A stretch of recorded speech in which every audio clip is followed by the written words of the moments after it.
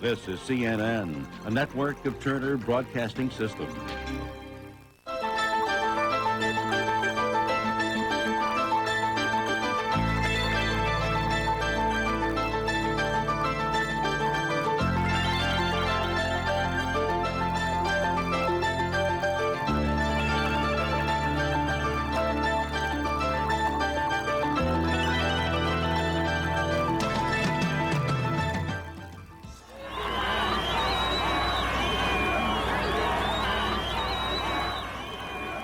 This is CNN World Report.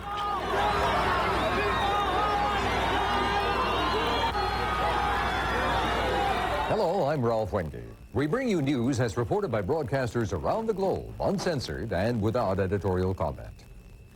His name and his cause have long been well known, but until this weekend, very few people had ever seen a current picture of the man, much less hear him speak.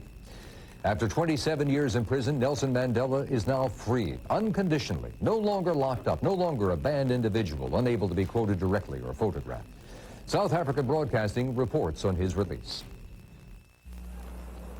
This was the scene outside the Victor Verster prison near Cape Town earlier today, as thousands of ANC supporters, enthusiastic yet well-behaved, gathered in the intense heat of the Cape summer for the release of Mr. Mandela.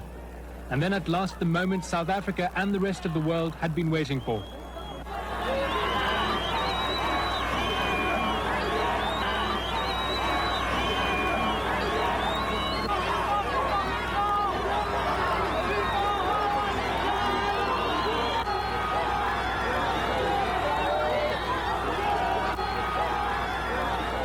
Mr. Mandela then made his way from the town of Paarl to Cape Town itself to address the battery of TV crews, press photographers and reporters. Finally, it was the turn of the people to hear Mr. Mandela speak in public for the first time since his incarceration in the early 60s. Today, I wish to report to you that my talks with the government have been aimed at normalizing the political situation in the country.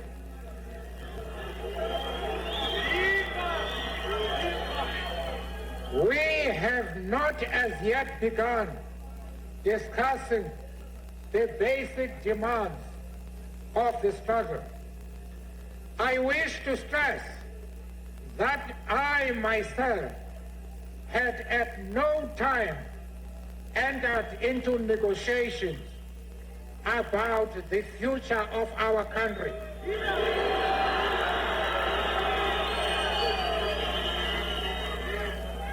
Except to insist on a meeting between the ANC and the government. Mr. de Klerk has gone further than any other nationalist president. With the exception of white right-wing groups, reaction to the release has been overwhelmingly positive, both inside and outside Parliament. I think we go into a very testing time now. If the whites are selfish or the blacks are vengeful, there could be decades of misery ahead. But if the whites are generous and the blacks are forgiving, then we have a wonderful future. Mr. Mandela has threatened a one-man, one-vote system. He has threatened that he will nationalize the banks, the mines, the big businesses. And my question is, what is the future of the Afrikaner people, the white people, in Mr. de Klerk's new South Africa? There is a great cause for celebration on our part, because this is a victory on the part of our people. His release has come as a result of the struggles of the ordinary people taking place on the ground. The last remaining obstacle to talks aimed at resolving that impasse is the state of emergency, which the South African government says may be lifted within weeks. State of emergency was imposed by the government because of a state of instability throughout our country. It will be a government decision to uplift it, and the test will be whether the stability has been restored sufficiently so that we can do so. This is Anton Enos in Johannesburg, South Africa, for CNN World Report.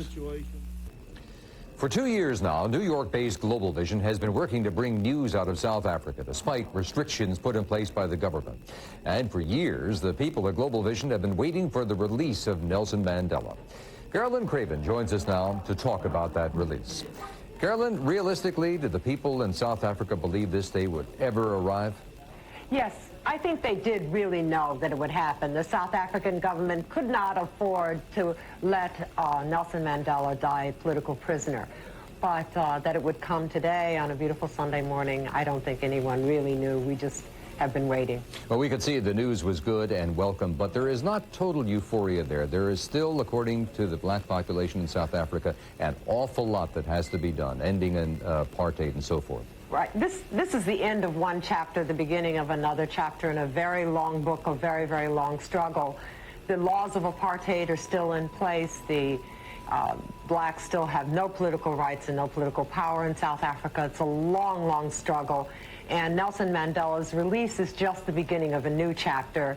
I think that what people are afraid of is that all of the worldwide attention that's focused on South Africa today is going to go away in a few weeks, and the struggle of the millions of blacks who live there, the struggle of the millions of people who live in South Africa is going to continue for a long time to come. You talk about the next chapter. What role will Nelson Mandela have in this?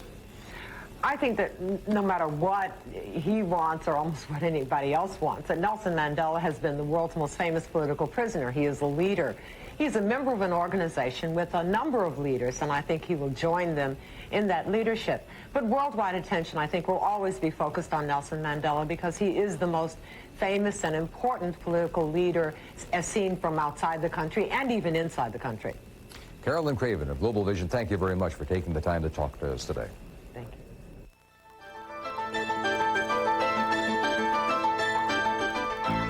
Coming up on the rest of this half hour of CNN World Report, from Sweden, an Afghan woman's story of struggle. In Afghanistan, a deadly car bombing.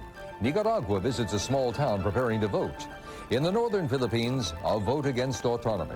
And El Salvador's needy zoo dwellers. World Report is brought to you by Infinity.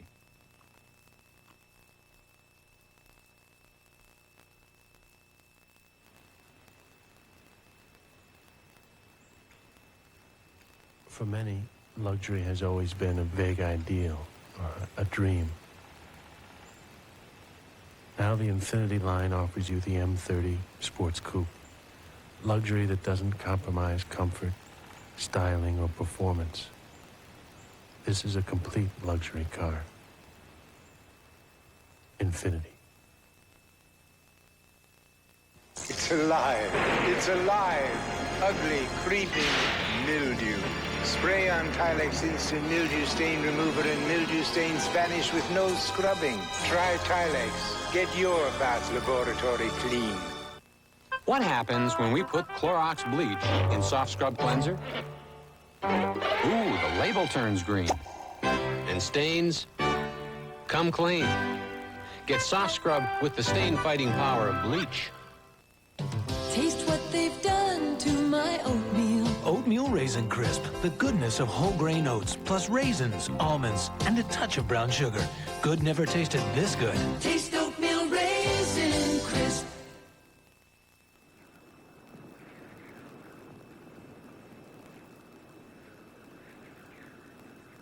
The engine and transmission work in harmony.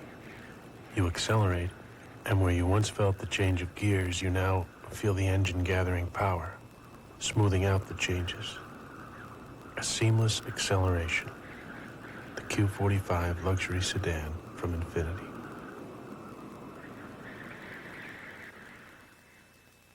Now get the Christian Science Monitor, the Pulitzer Prize-winning daily newspaper for 1 month free when you order 2 months at just $9 per month. Call now and get a bonus month absolutely free. Call 1-800-257-1257 now. Next week on Larry King Live, actress Lonnie Anderson, weatherman, funny man Willard Scott, and Quantum Leap's Dean Stockwell. All next week on Larry King Live, 9 p.m. Eastern on CNN.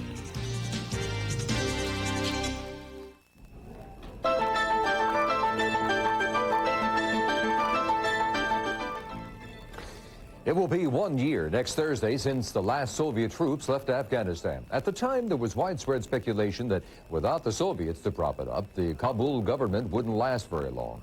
And yet today, many observers believe the government has gained popular support.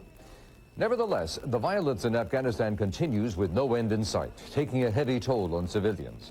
Sweden's SVT1 brings us a report on what life is like for one of them.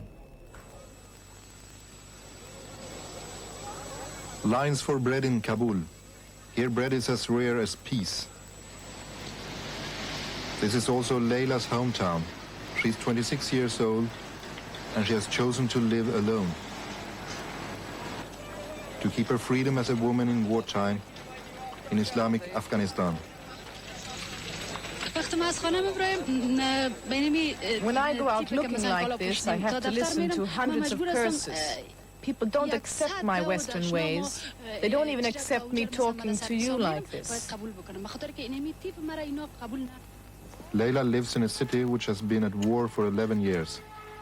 Everyday housing areas are hit by rockets from the guerrilla surrounding Kabul. Since the Soviet troops left Afghanistan a year ago, 2,000 people in Kabul have lost their lives in these rocket attacks. But somehow life goes on. A massive Soviet airlift supplies the city with arms and food. But as the rockets keeps on raining over Kabul, the people lose faith, not only in the regime, but in the Islamic guerrilla as well. It's the superpowers, the Soviet Union and the United States, who can come up with a political and military solution for our country. They must stop using and testing their weapons here. The regime has offered negotiations, but as long as the communists are in power, the guerrilla leaders don't accept any talks. Instead, the regime tries to be accepted, and the spirit of Islam is making a comeback in Kabul. And hidden behind tanks, the communist leader Najibullah tries to behave according to Islamic traditions, and he no longer portrays himself as a socialist. It's quite natural for our government and party to serve Islam. Our society is Islamic, and our party, the Afghan People's Democratic Party, comes from this society. Our members believe in Islamic laws. Today, the regime is building new mosques. As the men pray, Leila thinks of her future, the communist regime or the Islamic guerrillas. For Leila, none of them stands for freedom. How would I be able to describe freedom, something I haven't experienced in my 26 years? You cannot describe the taste of something you haven't tried. For women like me in Afghanistan, freedom is a dream and nothing else. Swedish television channel 1 provided that report. As the United States and the Soviet Union discuss the conditions for a settlement in Afghanistan, the bombs are still killing. In Kabul, 11 days ago, a powerful car bomb exploded in the business district. While no group claimed responsibility for the attack, as we hear in this report from Afghan television, the Afghan government is blaming the United States-backed guerrillas. Respected viewers of CNN World Report program, as it is obvious to the whole public of the world and to you, the extremist armed groups with the full support and backing of their foreigner masters are committing unforgivable crimes against our innocent compatriots. And despite the withdrawal of the Soviet limited military contingents from the territory of the Republic of Afghanistan, they are continuing the massacre of our innocent compatriots and destruction of our country.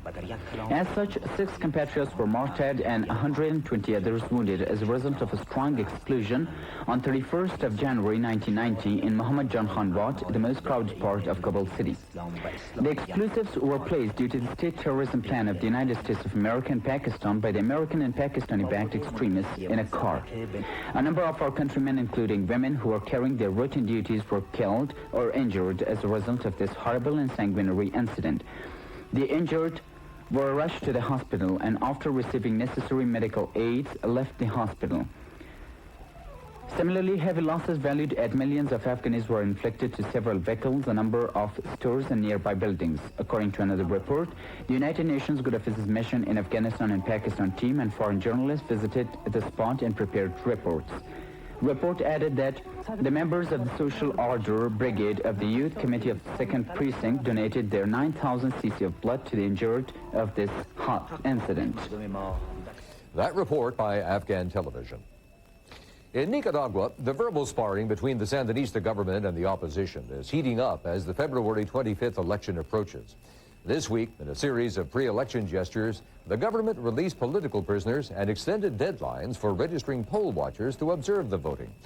The campaign, however, has polarized Nicaraguan society, frequently pitting friends and family members against each other, as Nicaraguan TV reports.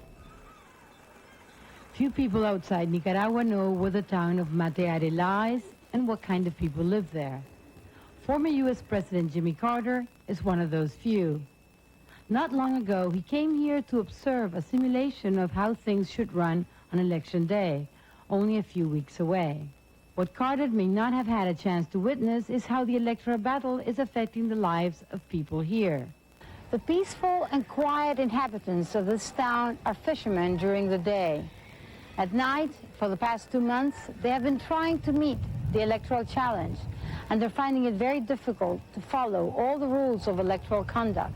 Responding to ideas with ideas in an educated and mature manner, for instance, is something some members of the same family who have different political points of view just cannot do. There are some families where one brother is a Sandinista and another brother is with the opposition. So there is a feuding within the family from the richest to the poorest. For example, a friend who lives next door is a member of UNO, and his wife is a relative of a Sandinista, and she is a Sandinista supporter. There is even a risk that they might split up. In my case, it's the same thing, and the same for a lot of people. Mateare, a fishing town with 2 streets, 2 avenues, 2 primary schools, and 2 churches, seems to be split politically into 2. Those who hate the Sandinistas and those who love them. Even though the government might have had good intentions toward the people, some of the people involved have been corrupt. When the president came here, there was great commotion the night before. Whenever there are political rallies, you run the risk of having clashes between different parties. In this case, in Mateare, the 2 strongest parties that have held rallies have been the UNO and the Frente.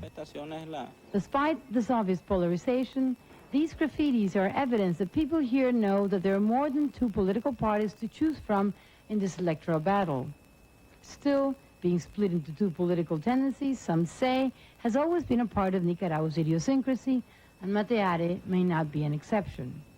I'm Maria Palais, Nicaraguan Television News, for the CNN World Report. For a decade now, government forces and communist guerrillas have fought over the Cordilleras in the northern Philippines. Last week, local tribesmen in the gold-rich mountain region had the chance to vote on a government offer of limited self-rule. But 4 out of 5 provinces rejected it, saying it simply didn't go far enough. The Philippines People's Television 4 has details. The Cordilleras, a region located in the northern part of the Philippines consisting of 5 provinces sharing common historical and cultural heritages with their own distinct economic and social structures. It has been written in the Constitution of the Philippines that the Cordillera people shall be given autonomy. In this manner, the people's centuries-old struggle for self-determination will thus be fulfilled. Last January 30, a plebiscite was held to ratify the Organic Act for the Cordilleras. At present, the official returns have shown that only the province of Ifugao voted yes. The Commission on Elections has announced that more than 20,000 have voted for the Organic Act, while almost 15,000 were against it. In other provinces, the no votes clearly led with a wide margin. The law provides that the autonomous region will consist of the provinces who have favorably ratified the proposed act. Only Ifugao, therefore, will be receiving the 1.5 billion peso infrastructure fund provided by the government for the autonomous region for 5 years. Furthermore, multinational corporations operating in Ifugao will now be paying their taxes directly to the autonomous government. Senator Leticia Shahani, who campaigned for the yes vote, complained that the low turnout during the plebiscite and the rejection of the act was due to the poor information campaign done by the COMELEC. She further added that because of this, what was an important historic process became a very distant and abstract issue. Many critics claim that the Organic Act failed to meet the expectations of the Cordillera people. Many major issues were not resolved. In Benguet, where 65% of the population were lowlanders, there were fears that there would be a reversed form of discrimination. The minority tribal Cordillerans may dominate the migrant population. The people were furthermore confused and hesitant to vote yes to the Organic Act because of the non-committal stance of the government. But despite the blatant gray areas in the proposed act, it could still be clearly seen that the organic bill provided greater benefits for the region. The autonomous region would have been given more political freedom. There would have been a new level of democratic participation in the selection of leaders, policy making, and administration of economic and social development programs. The act also fosters mutual respect and equal treatment between the diverse cultural communities. The regional government is also given a free hand in the exploitation of the region's natural resources, benefiting more people. Though some may view the almost total rejection of the Organic Act by the Cordillera region as a failure, the ratification by Ifugao of the autonomous bill may still be considered as a victory. The government's initiative to provide a legal basis for the establishment of autonomous regions in the Constitution is in itself laudable. This is Veronica Velasco of People's Television 4 Philippines for CNN World Report. Sunny skies and zero chance of rain through Sunday. Good news, there's no snow on our forecast today. Mercedes-Benz introduces 4MATIC. Outwitting the weather and the road with the most advanced all-wheel drive system ever put in a car. 4MATIC. It may just obsolete other all-wheel drive systems. Not to mention weather forecasts. Yesterday, I should have bundled up this well. Hi, Mom. Now I've got a fever and my head is pounding. You know, I used to take aspirin or Tylenol, but now I take Advil.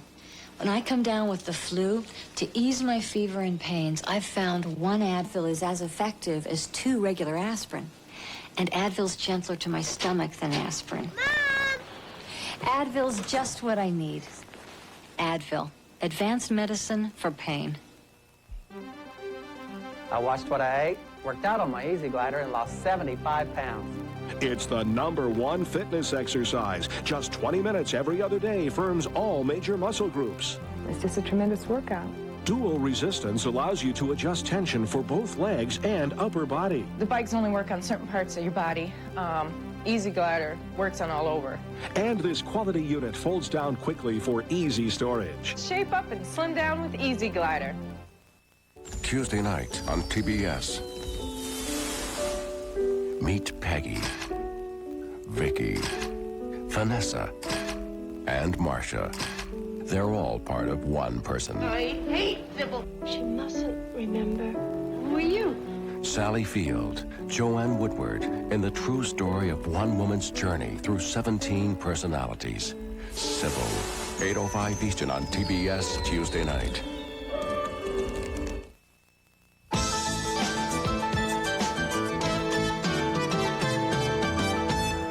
Inadequate government funding, compounded by fighting in the nation's civil war, have led to some difficult times for the inhabitants of El Salvador Zoo. TCS News in El Salvador reports that the animals need a lot of food, but a solution may not be as costly as it seems. The Salvadorian Zoo is the oldest of its kind in Central America. It covers an area of 10 blocks and holds hundreds of birds, mammals, fishes, and reptiles, 50% of which are exotic. But there's problems. The government does not spend the money it should on it. The budget has not been increased in 10 years, and grossing approximately $3,000 a month, all the expenses cannot be covered. And to make things worse, the bellicose conflict in the country has affected the institution immensely. The constant bombs, the explosives, the helicopters, the shootings adversely affect the behavior of the animals. They become very nervous, very anxious, and that reduces the reproduction of the animals, and also it lowers our maintenance because we need to keep them adequately, and if these animals have problems, they don't feed as well as they would if they were in a quiet area. With an admission cost of 3 US cents, the crisis falls directly on the animals. Mandela, the 38-year-old female elephant, should be fed 600 pounds of vegetables and grains every day, but only gets 300. And the hippopotamus demand 400 pounds, but only get 200 daily. So far, they're feeding them half of what they used to. The average amount of money we spend a day for each animal, for an average animal, is less than 4 US cents. It's very low. Finding a solution is not easy, but management has come up with what seems to be a good idea. They're looking for many private firms to sponsor 1 or 2 animals so that their health and feeding can be taken care of properly. Doing this, we hope the crocodiles will move a bit more, the snakes rattle more often, and the iguanas smile once in a while. Mario Orellana, TCS News for the CNN World Report. And when CNN World Report returns, a Caribbean island fights for cleaner gullies. In Barbados, gullies are also notorious as illegal dumping grounds. This is the reason why the island's 5 major environmental groups used Gully Week to spearhead a gully cleanup campaign.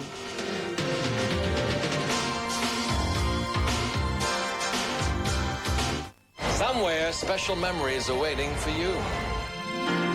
Somewhere between a smile and a laugh.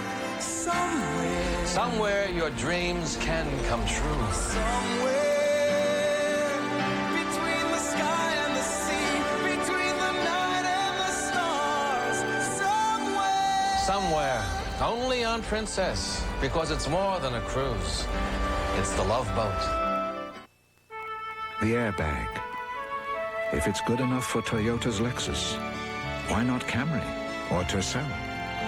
Only Chrysler Corporation has a driver's side airbag standard on every car it builds in the U.S. Subscribe to the Sporting News. You'll get 29 issues delivered to your mailbox for 4 payments of only $4.99. Call now 1-800-257-1257. That's 1-800-257-1257. The Sporting News. Monday, finding the fountain of youth for masterpieces. How cosmetic surgery with a paintbrush can erase the effects of time. It's delicate detective work on CNN's Daybreak, 8 a.m. Eastern, Monday.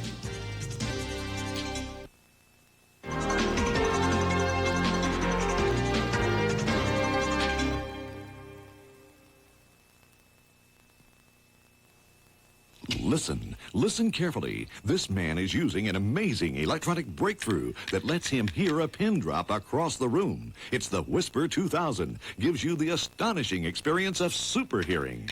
No more embarrassing complaints when you watch TV. Can you turn that down? With Whisper 2000, you don't have to turn up the volume. It's hard to hear in the backseat of the car. Now sit back and talk comfortably. Can you hear me back there? Loud and clear. Disguised as a pocket-type radio, you can actually hear a whisper across the room. He's so good looking. Use Whisper 2000 in theaters. You'll hear every word clearly, comfortably. Similar devices sell for $60, but it's yours now for just $19.95. Here's how to order. To order, have your credit card ready and call toll-free 1-800-257-1257 or send check or money order for $19.95 plus $4 shipping and handling to Whisper 2000, P.O. Box 8250, Atlanta, Georgia. This is CNN, a network of Turner Broadcasting System.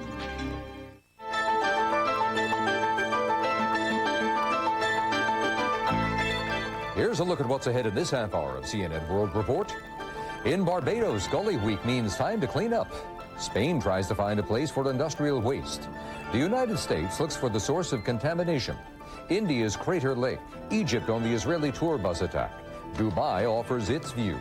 Abu Dhabi on Soviet emigres. And in Ireland, the gift of sight. Welcome back. I'm Ralph Wenge.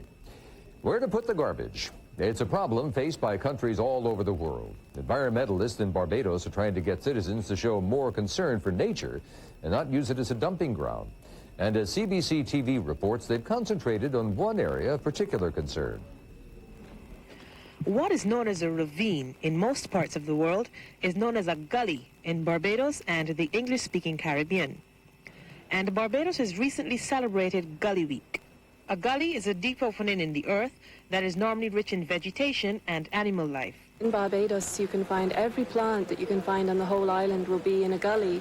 And so they're very important if you want to learn about the plants and the flowers, you know, trees and that kind of thing. But unfortunately in Barbados, gullies are also notorious as illegal dumping grounds. Well, basically, a lot of people in Barbados tend to think of gullies as unforgotten holes in the ground where they can dispose of their garbage. And in Barbados, we rely on an underground water supply. If garbage is dumped in gullies, there is a good chance that our water supply can be contaminated from dead animals, toxic chemicals, old car bodies, and so forth. This is the reason why the island's 5 major environmental groups used Gully Week to spearhead a gully cleanup campaign. From one of the bigger gullies, the Jack-in-the-Box Gully in St. Thomas, they succeeded in removing 385 tons of illegally dumped garbage from only one section of the gully, and in the process discovered an underground cave containing what is believed to be the largest stalactite in the world. To encourage respect for gullies and to generally preserve the environment, the environmental groups are hoping to have government enforce an already existing law against illegal dumping, which would see offenders being charged $5,000 or 12 months imprisonment. For the CNN World Report, I'm Donna Ford from Bridgetown, Barbados. Now in Spain, the concern isn't over the average household garbage, but waste from processing plants and factories. And as Spain's TV3 Catalunya reports, one of the big issues there is the refusal of many to accept dump sites. Albeit sporadic, authorities are currently trying to control industrial waste. Different plans have been drawn up, and a number of sites have been selected based on diverse studies into population, transport, and the effect on the environment in general. Despite these studies, decisions are controversial. Those councils which are in favor of controlled rubbish dumps, which are usually agricultural, are not keen to become the recipients of industrial waste, the overspill from more affluent and more densely populated areas. The problem is even more serious for radioactive waste, which nobody wants, despite generous offers of compensation. This situation is so serious and so urgent that the authorities are forced to make hurried decisions in a far from ideal political climate. Inadequate rubbish dumps and the constant buildup of waste are creating a real danger. Ecology pressure groups say they are especially upset over these rushed decisions, which they say are made in ignorance of the effects that they will have on the countryside, which supplies the industrial areas with a lot of its food products. This report prepared by TV3 Catalunya, Spain, for the CNN World Report. Environmentalists in Spain and Barbados may know who the culprits are, but in the United States, scientists say they don't know what's causing mysteriously high levels of mercury in dozens of animal species in the state of Florida. But they'll soon begin testing mammals to find out. CNN has details. Old men with cane poles sit and fish along the quiet banks of the Swanee River in North Florida. But the fish they catch from this seemingly pristine river should only be eaten once a week. Even in this remote part of the state, scientists have found elevated levels of mercury in the fish. All across Florida, from the Swanee to Lake Okeechobee and the Everglades, the story is the same. We've looked at about 100 systems in Florida now, freshwater systems, from Okeechobee down to the small streams and creeks in Panhandle, Florida. About 40% of those show elevated mercury in largemouth bass. The more state biologists and wildlife experts look, the more mercury poisoning they find. The levels of mercury vary widely. In most parts of the state, below 1 part per million. But in the Florida Everglades and in conservation areas in Broward and Martin counties, the levels have exceeded 3 and 4 parts per million. And the poisoning appears to be working its way up the food chain. Mercury has been found in alligators and is believed to have caused the death of a Florida panther, an endangered species. Checking the organs of the panther, we found very high levels of mercury, up to 110 parts per million in one of the samples. And the level for human consumption for warning is 1 part per million. Mercury poisoning can cause brain damage, kidney failure, and birth defects. In order to find out whether the poisoning is widespread in mammals, state scientists will, in the next 2 weeks, begin testing raccoons. They prey upon fish and in turn are preyed upon by panthers. Not only is it unclear just how many species may be contaminated, The cause of the mercury poisoning is unknown. We have no hard facts on the sources, and we're probably years away from having it. Scientists believe peat in the swamps and wetlands may be a natural collector of mercury, which is released into the water when the land is drained for agriculture or development. Even if that proves true, scientists will still have to figure out where the mercury came from in the first place. John Zarella, CNN, for the CNN World Report. One of the youngest meteoric craters is located in India. The Lunar crater is believed to have been formed about 50,000 years ago. India's Doordarshan has more. Measuring more than 1¼ kilometer in diameter and close to 2,000 meters deep, this crater resembles a gigantic soup bowl. Experts working here for over 13 years have concluded that what looks like a lake is in fact an impact meteorite crater in basaltic rock. This crater, one of the largest in India, is found to be marginally bigger than the Canyon Diablo crater found in the Arizona desert, USA. According to the Director General of the Geological Survey of India, this kind of geomorphologic feature is the only one in India. Although there may be quite a few on the face of the globe, but certainly it is one of the biggest. I won't claim that it is the biggest, but it is certainly one of the biggest. an impact meteorite crater is formed when a meteorite hits the Earth and makes an impression at the site of impact. Samples of masculinite, a glass-like mineral not occurring naturally on Earth, have been found at drilling sites. Formed when common rock-forming minerals are subjected to shock, masculinite has been found in other meteorite-struck areas like Shargoti in Bihar and Lithuania in USSR. That report from India's Doordarshan. And coming up later on CNN World Report, in Ireland, an attempt to brighten one man's darkness. One of the guys, motorsport enthusiast, husband, father of two, he had gone blind.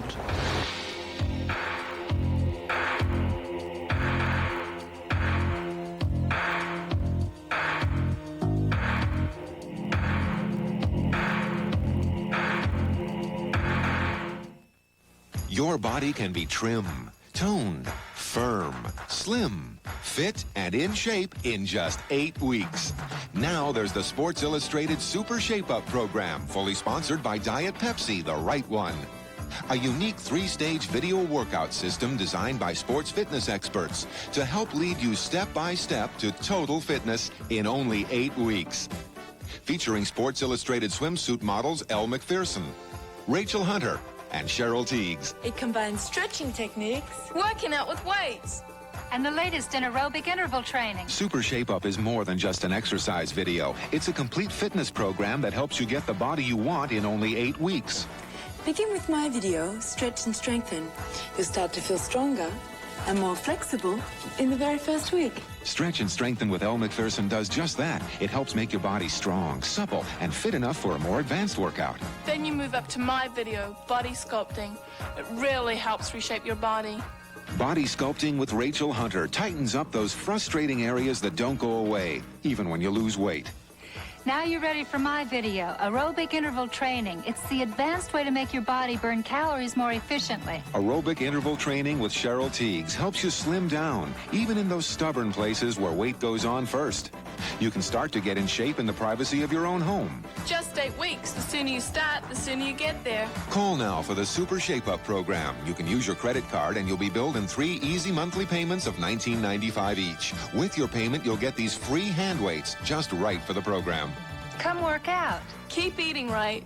In 8 weeks, you can be there. You get the complete Sports Illustrated Super Shape Up program, easy to follow instructions, and your free hand weights. So call now, because your body can be trim, toned, firm, slim, fit, and in shape in just 8 weeks. The New Yorker. It's been called the best magazine in the world, probably the best magazine that ever was. See if you agree. Call this number and get 52 weekly issues of The New Yorker for just $25.95. That's $65 off the cover price. Week after week, the quality of The New Yorker speaks for itself. So call 1-800-257-1257 for 52 weekly issues of the best magazine in the world. Yes, The New Yorker. I'm Lauren Sidney in New York. Next week on Showbiz Today, Carol Kane tells us about her role in the new film Flashback. Also, a report on this year's Oscar nominations. That's next week, 5:30 Eastern on CNN.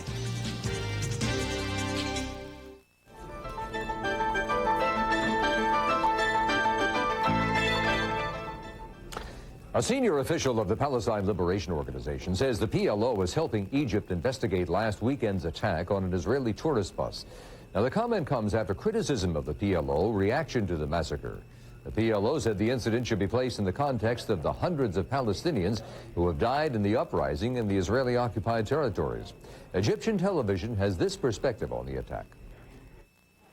Israelis this week mourned the victims of the tour bus attack near Cairo, during which 9 people were killed and 17 wounded. My wife's mother was murdered and her father was injured. The attack was immediately condemned by Egypt, the PLO, and the Palestinians in the occupied Arab territories. However, it raises questions about the reasons behind it and the motivation which drove more than one Palestinian group to claim responsibility for it. A recent report by Amnesty International accused Israel at the United Nations Commission on Human Rights of detaining prisoners of conscience in the occupied Arab territories. The agency stressed its concern over Israel's extensive use of administrative detention without charge or trial, torture and ill treatment of prisoners, and the killing of unarmed civilians by Israeli soldiers. The agency added in its statement to the United Nations Commission on Human Rights that more than 4,000 Palestinians served periods in administrative detention last year. It stressed the fact that this number included people held exclusively for non-violent expression of their beliefs. Some sentences were as high as 5 years imprisonment for stone throwing. The numbers of the detainees is so high that there is no possibility to put people in human conditions, I would say, in the territories. The agency also cited the high incidence of civilian death, the use of firearms in apparent violation of existing guidelines, and Israeli authorities' inadequate investigation of fatal shootings of Palestinians. Observers believe that Israel has to recognize the right of the Palestinians to self-determination and an independent state if they are really earnest about stemming violence and hatred in the region. Suhair Hafiz from ETV Cairo reporting for CNN World Report. The Palestinian question is a concern worldwide, but the issue especially touches the everyday affairs of Arab countries. It's going to be one of the issues of common concern during the visit of the President of the United Arab Emirates to Egypt this week. We have reports from 2 of the Emirates, beginning with Dubai TV. The morning after the bus attack, one of the first visitors to the President, His Highness Sheikh Zayed bin Sultan Al Nahyan, was the United States Assistant Secretary of State John Kelly. He briefed Sheikh Zayed on what the United States is doing to try to bring the Israelis and Palestinians together for direct talks. Their discussions also touched on the crisis in Lebanon. For his efforts in trying to bring peace to that war-torn country in 1988, Sheikh Zayed was voted International Man of the Year alongside Mikhail Gorbachev. The President urged the United States to work for achieving a just and comprehensive solution to the Palestinian problem, in particular to ending Israel's repressive measures against Palestinians in the occupied territories. Arab countries have been amazed at how world opinion seems to agree with their view that the Israeli treatment of Palestinians is wrong and contrary to human rights. And yet, non-Arab countries have done so little in the way of sanctions or diplomatic pressure to get Israel to withdraw the troops who daily administer beatings and shoot Palestinians dead. An attack like the one on Israeli tourists in Egypt has always been a dreaded possibility. It's what the Arab countries fear because they know the damage it exacts on the Palestinian cause despite the sufferings of those in the occupied territories. The UAE has urged peaceful means to find a Middle East solution. It supports the uprising or intifada in the occupied territories, and that support was reaffirmed at a cabinet meeting on Monday. Ministers also called on all parties, but especially the Soviet Union, to take steps to halt the flow of Soviet Jews to Israel and the settlements on the West Bank. The UAE is an expanding country like many of those in the Gulf region. It represents a useful market to Western industrialized nations. But increasingly, the Gulf countries want the United States and others to acknowledge that it's in their commercial interest to bring an end to the conflict. Ralph Smith, Dubai Television, for the CNN World Report. The government of the United Arab Emirates last week added its voice to the growing international concern over the exodus of Soviet Jews to Israel and warned that the influx would do nothing to assist efforts to achieve a just and comprehensive peace settlement in the Middle East. In a rare public statement from the country's cabinet, seen meeting here under the chairmanship of Deputy Premier Sheikh Maktoum bin Rashid, the government expressed what it called its extreme concern, saying it believed the influx would make Israel more intransigent in denying rights to the Palestinians. The government called upon the Soviet Union, which has authorized the outflow, to bring it to an immediate halt. Israel's policy towards the Palestinians was also discussed by UAE President Sheikh Zayed and US Assistant Secretary of State John Kelly, visiting the Emirates as part of a regional tour. Sheikh Zayed and Abu Dhabi's Crown Prince Sheikh Khalifa bin Zayed, who also met Kelly during his visit, repeated their calls for the United States to use its influence in helping to achieve a just and comprehensive Middle East peace. On a less political note, the first ever multinational cultural seminar of the 6 member states of the Gulf Cooperation Council has been meeting in the UAE capital of Abu Dhabi to discuss the development of cultural ties between the GCC members, the UAE, Kuwait, Saudi Arabia, Bahrain, Qatar and Oman. Linked by common ties of language, religion, culture and history, the 6 countries came together to form the GCC in 1981, and they are now moving towards greater integration in a variety of political, economic and cultural fields.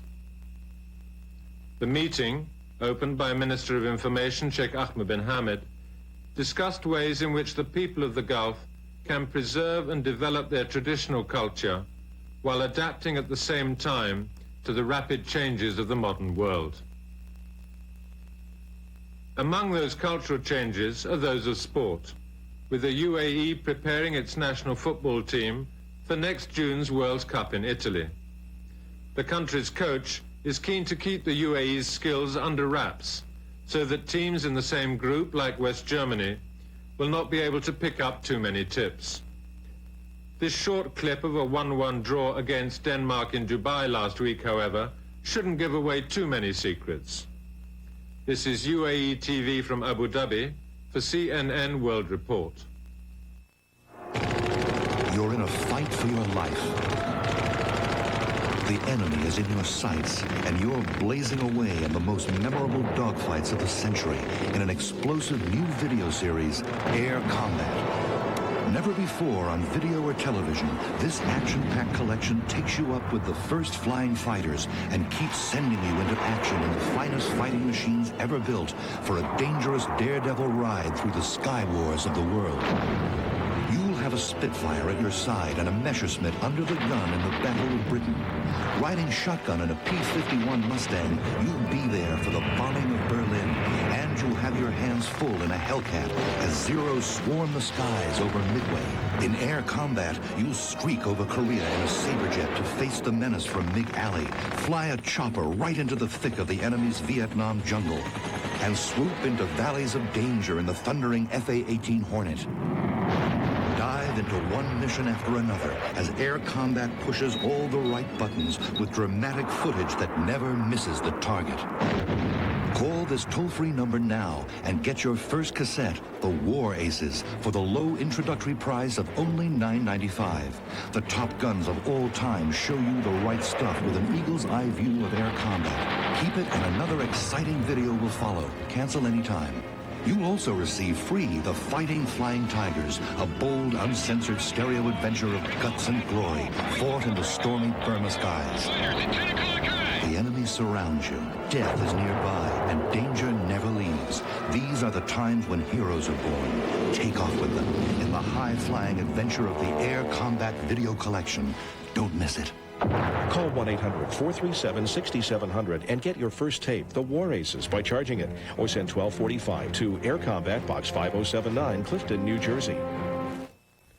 Did Steve Goby run a male prostitution ring out of Congressman Barney Frank's apartment? We'll ask that question on Monday on Sonia Live, 1 Eastern, 10 Pacific on CNN. Hi there, I'm Don Carson, CNN Weather. A brand new blast of cold Arctic air will be booming into the northwestern corner of the country overnight, and by the late afternoon hours on Monday, we'll see a combination of some rain and snow along the coastal sections here, and then it's all snow over to and including parts of the northern and the high plains. The Seattle area, for example, overnight we'll see a combination of some rain and snow, but during the day on Monday, mainly during the morning, they will see some snow showers. Mostly clear for the southwest, and most parts of the east will also be clear. Across the upper and eastern Great Lakes by the late afternoon, good chance of some scattered snow showers. And now some daytime highs and conditions for Monday.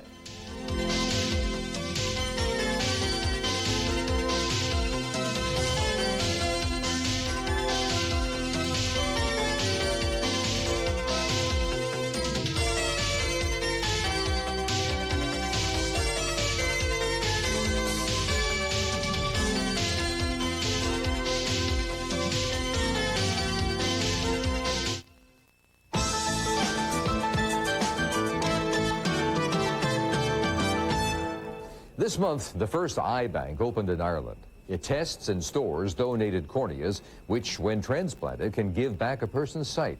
Now, the importance of the facility is underlined by the experience of one man, as told by Ireland's RTE. It was 4 years ago when the lights went out in Jeff Meredith's life. His world left in total darkness.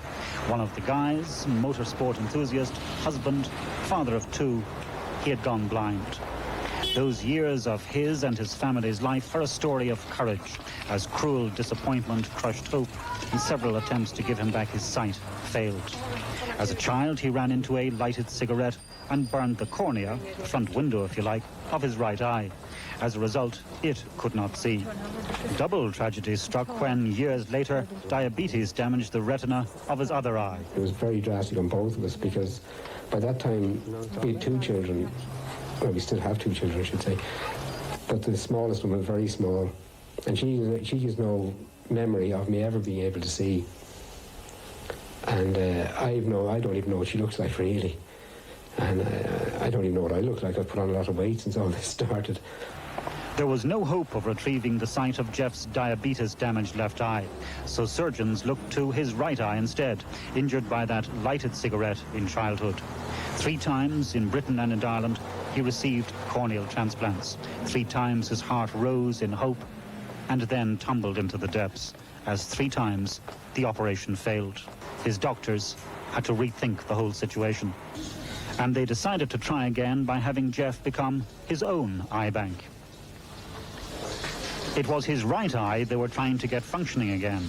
But in Jeff's complicated medical history, he some years previously had had a donated cornea placed in his other eye for reasons with little to do with vision. That transplant took well, as they say. So they were now going to move it across to the eye they thought they could get working again. First taking out the good cornea to move it over to the other eye.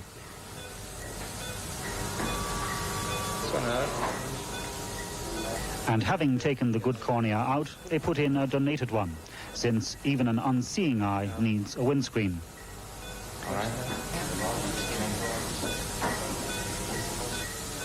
And now the task of taking the cornea they've just removed from his left eye and putting it into his right eye, the one with the potential to see again. And just a few days later, a nurse is unraveling the bandages on Jeff. How are you? I should be known in a few minutes. He himself is tense. His family is waiting for the news. All their hopes pinned on a right eye with a new window. And Jeff must be mindful that 3 times before, this operation failed. All right. Yeah, terrific. I can see you again. How about that? We'll just take this one off. It's only taken us 3 years to get this far. Within minutes, Jeff can make out the bigger print on Get Well cards. One of them from his little daughter, who has only ever known him as a blind man. That's Get Well. From Vicky, that's the eldest of the two. That report from Ireland's RTE. A news update is next, and when CNN World Report continues, Canada's spy planes promote open skies. Besides keeping an eye on military activities, these flights will help build up trust between East and West.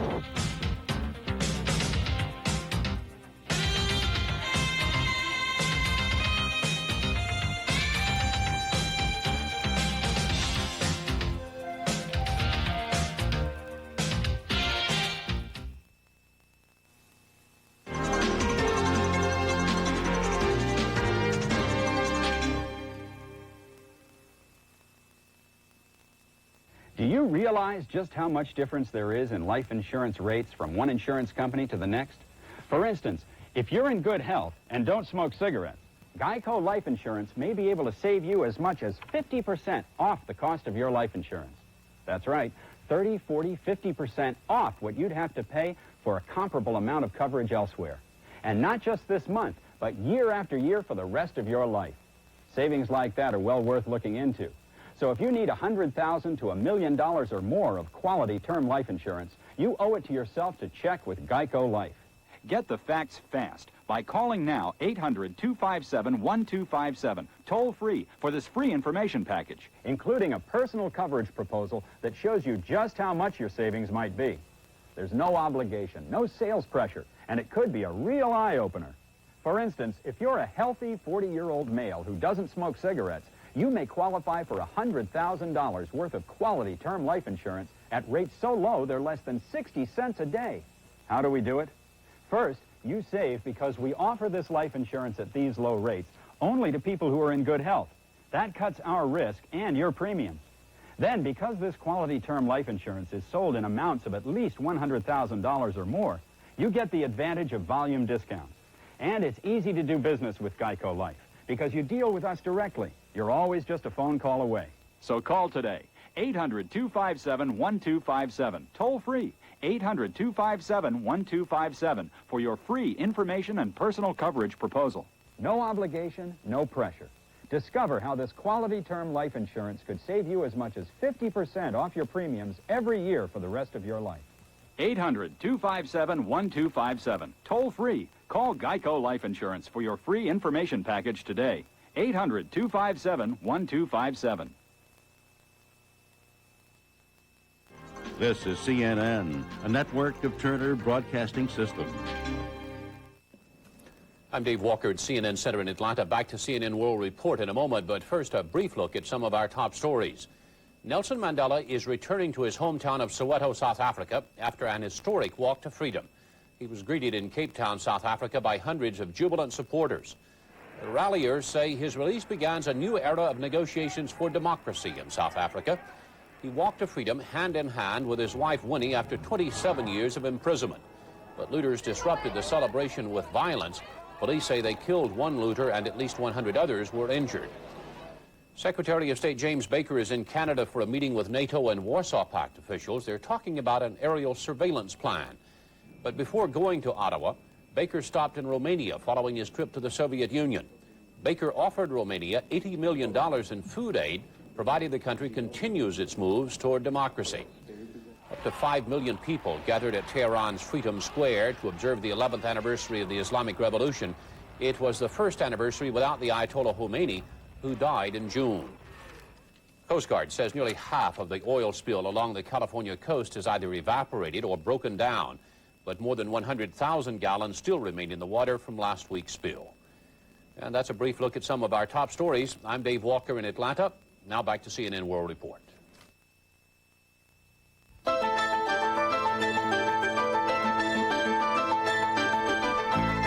Here's a rundown of this half hour on CNN World Report. Poland's new police forces. Czechoslovakia welcomes James Baker. Canada promotes open skies.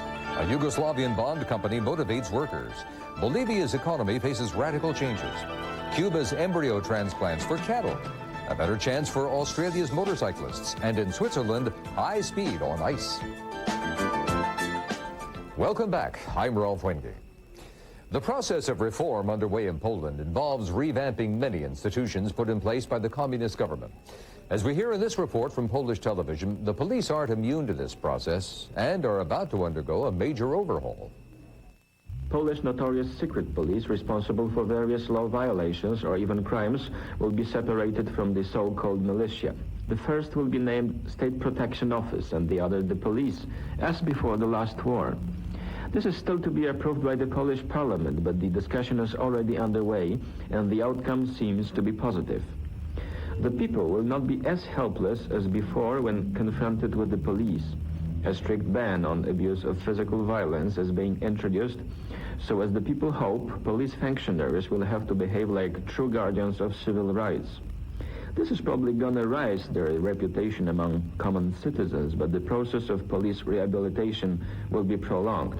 Policemen will still lose their jobs. The new will be thoroughly selected, and for example, they won't be able to belong to any party. Till recently, most of them were Communist Party members. The policemen are nevertheless entitled to form trade unions. The changes, when already adopted by the parliament, will take from 3 to 6 months. They are urgently necessary because the number of crimes has been steadily growing. The militia does not want to do much or can't do much, and the social mood has been deteriorating. The society must feel safely as the whole social climate is rather bad due to implementing a reform package which requires painful sacrifices. Henryk Suchar, TVP Poland for the CNN World Report. During the past week, American Secretary of State James Baker has been crisscrossing Eastern Europe in a series of meetings with government leaders in the region. He's been sent to the Soviet Union, Bulgaria, Romania, and Czechoslovakia. Czechoslovakian television reports on Baker's visit to Prague.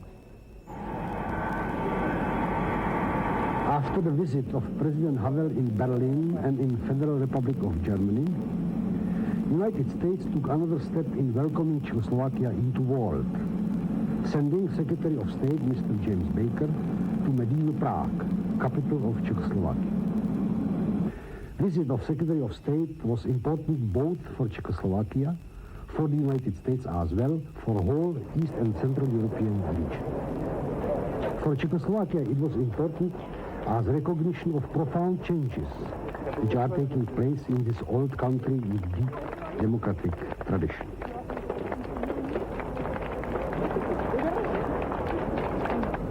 For the United States, it was important as chance to appraise on the spot how deep this process of democratic changes are, and for reminding to the world that the United States played and will continue to play an important role in this region of Europe.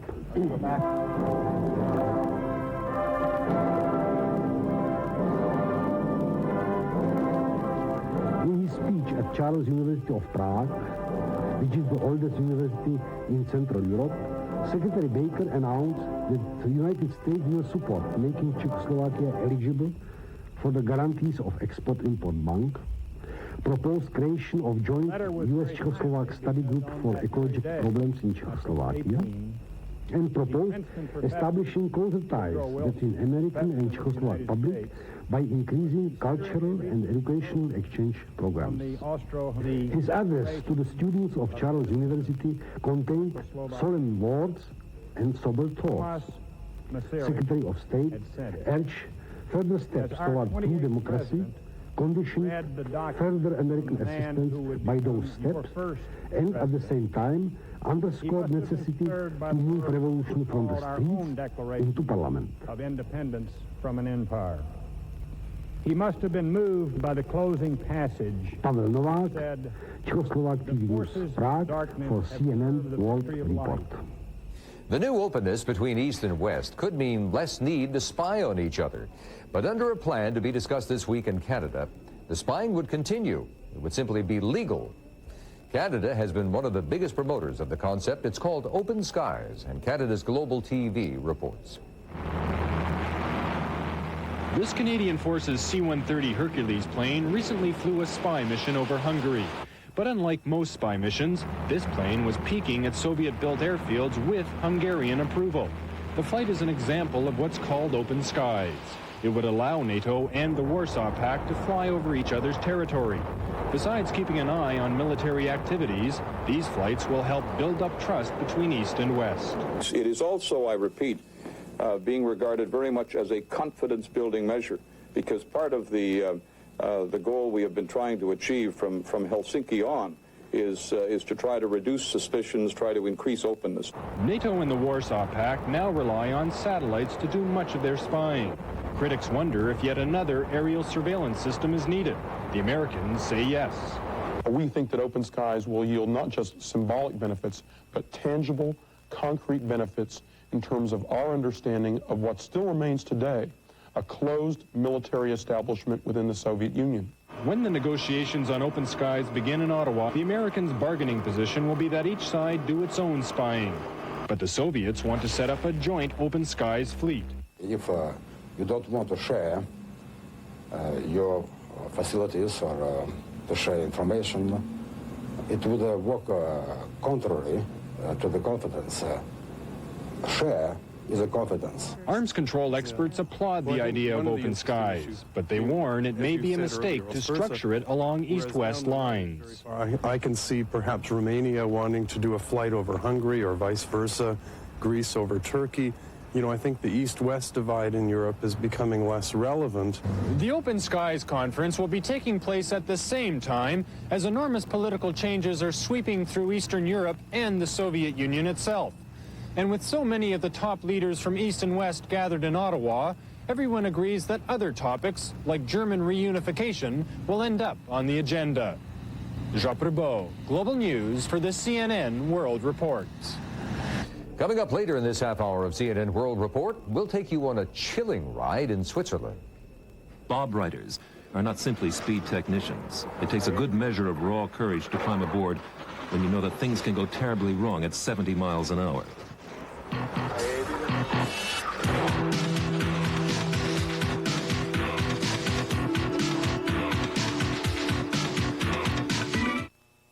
World Report is brought to you by Infinity.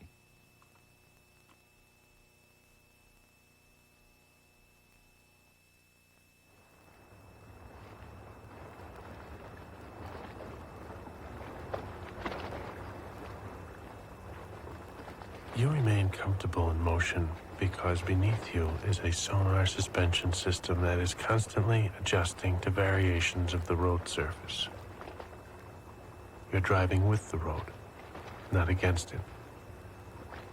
The M30 Sports Coupe from Infinity. Every day, millions of people do something strange. They wash their dishes before they wash their dishes.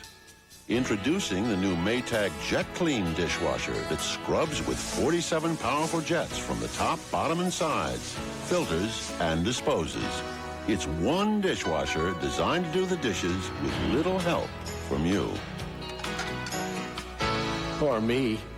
The new Jet Clean dishwasher from Maytag, the dependability people. Please don't let this feeling end. Looks like I won't make it back for Valentine's Day. Yes, for a young lady. Something really pretty. A porcelain heart? That's perfect. When you send the FTD Hearts and Flowers bouquet, you send a Valentine's feeling that never ends. On the card, Happy Valentine's Day, sweetheart. Love, Dad. Please don't let this feeling end.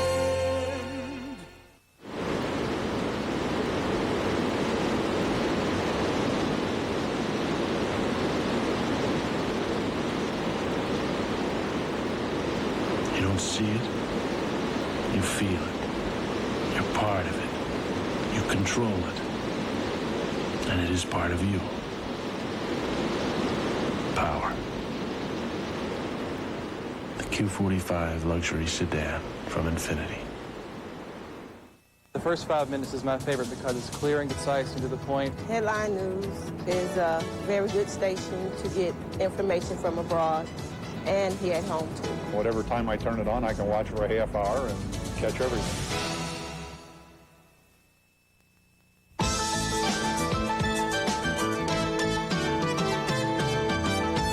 Yugoslavia is looking for financial help for its ailing economy from the International Monetary Fund, the World Bank, and the European Free Trade Association. Much of the credit would be linked to a program of economic reform being carried out by the government. The plan is to curb inflation by severely devaluing the country's currency and making it convertible. It also wants to weed out inefficient companies unable to compete successfully in international markets. Yugoslavia's Libra television looks at one company's success story. Until last December 18th, when Yugoslav Premier Ante Markovic introduced his sharp plan of reforms, inflation rate had reached 2,500% per year. However, Ulan, an enterprise with proper initiative, as they call themselves, a textile company with polyamide filament and chips production, has been able to fight way ahead when many companies had to close down. This is the company that first issued bonds in Yugoslavia after the Second World War. Issued in German marks, 50% of them were offered to its 624 workers last September. All of them were sold out in just a few days. We know exactly what we are looking for and how to achieve this. Today, 85% of our sales is going outside, and therefore, to expand our presence in Europe, we took a part in one of the Austrian companies. Strategically, completely oriented to foreign markets, they have tried to solve the biggest problem of socialist economy: how to motivate and stimulate the workers. Besides very high average salaries for Yugoslav conditions, about $600, they have introduced a series of improvements for their people. They have built a very good restaurant with 7 different diets on the menu. They have bought about 35 apartments at the seaside, some in the mountains and some in hot springs, where they send their workers with their families to very low-budget vacations or free healthcare programs. They have organized special free medical care in their own center with medical staff consisting of their own specialists. They have a very low absence rate, about 2%, which is extremely low for Yugoslav conditions. But they plan a career and follow the creativity of each worker to enable everyone prospective growth within the company. Changing to computers, they have organized special free trainings for their staff. They have opened their own internal bank with very high interest rates to help their workers fight the fatal inflation. Ulan is among the first in Yugoslavia to switch to European working hours. Many of its employees being women, they are going to try to open their own kindergarten and also open up their restaurant for the families of their workers. They really care for their people and they let them earn good money. This is Miusha Sever of Libra, Slovenia, Yugoslavia for CNN World Report. 4 years ago, Bolivia took drastic measures to curb an inflation rate that was one of the highest in the world. Now, with inflation under control, a newly elected Bolivian government prepares to enter the next phase of this country's economic development program. We have a report now from Bolivia's Canal 2 TSP. 21,000, it's the number of the government decree that since 1985 is synonymous of stability but of unemployment too. The government of Dr. Victor Paz Estensoro with that decree has implanted the economical neoliberalism plan called New Economical Politic that, although it's the responsible of our actual stability, had high social cost with the massive discharge of 23,000 mine workers. But in the economical field has meant the diminution of our inflation that in the early 80s was of 11,045% and that in the last years was only 107%. Bolivia President Jaime Paz Zamora has sent a message to the nation. In this message, Presidente Paz Zamora has exposed his government plan for the next 4 years, confirming the alignment of the new economical politic installed by the past government. In the actual government plan, all the aspects of the government administration are contemplated, and it's basically focused on to make active again Bolivia's damaged economy. Even though Bolivia is now an unstable nation, have not reached yet all its purposes. The national unity government now wants to achieve Bolivia's development. Presidente Jaime Paz Zamora has convocated all Bolivians to help our country in order to concrete this dream, not asking for unreal increase of salaries that in the past has been the main problem for crisis. Bolivian government will spend $2,000 million in the next 4 years on public investment and previewing inflation in 1990 only of 12% as an increase of the gross national product of 4% for the same year. Bolivia now is ready to get into a new era of development, where the most important gain is not stability anymore, but face a real and now possible development. Monica Machicao, Channel 2 TSB Bolivia for the CNN World Report. The Cuban government has warned Cubans of possible economic hardships resulting from changes in Eastern European countries as imports and aid from those countries dwindle. The government also calls boosting food production one of its key economic targets for 1990. Cuba Visión reports on a technology that should lead to improvements in one area of food production. The embryo transplant technique for the genetic improvement of cattle in Cuba has gained ground here in recent years. Through this technique, an embryo from a donor cow chosen for her excellent genetic composition is transplanted to another cow that lacks these qualities but is in perfect health to withstand pregnancy. Thus, descendants are obtained which have ideal characteristics for the improvement of milk and meat production. The number of births can multiply 4 or 5 times what they are today. For example, there is a cow in this island that has registered 4 births through artificial insemination and 34 through embryo transplants. Cuba, the only Latin American country with a national system for embryo transplant, has a network of specialized laboratories which work and do research in coordination with the most important cattle ranches in this country. What is important is that there exists today a group of Cuban veterinary doctors and specialists which are highly trained and completely dominate the embryo transplant techniques. The United Nations Development Program has contributed $600,000 for the development of these techniques here. The Cuban government provided the equivalent of $1,676,000. The facilities have been used by technicians and specialists from underdeveloped countries who have come to this island to learn the embryo transplant technique. With the efforts of the masses and the government, it's being shown that a small country can also register great achievements which later are going to benefit all of humanity.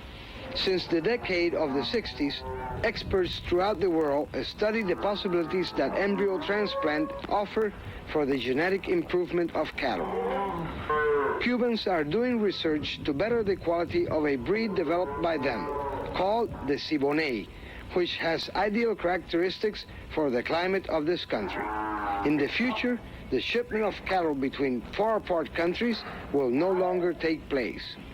Using frozen embryos, the countries will have available cattle with the highest genetic potential. In Havana and from Cuba Visión, Gilberto Caballero reporting for the CNN World Report.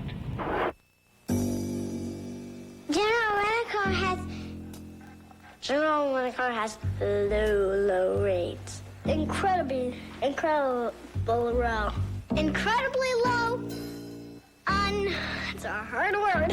Unbelievably low. Irrefutably. If your money goes far in a General Rent-A-Car. Irrefutably low.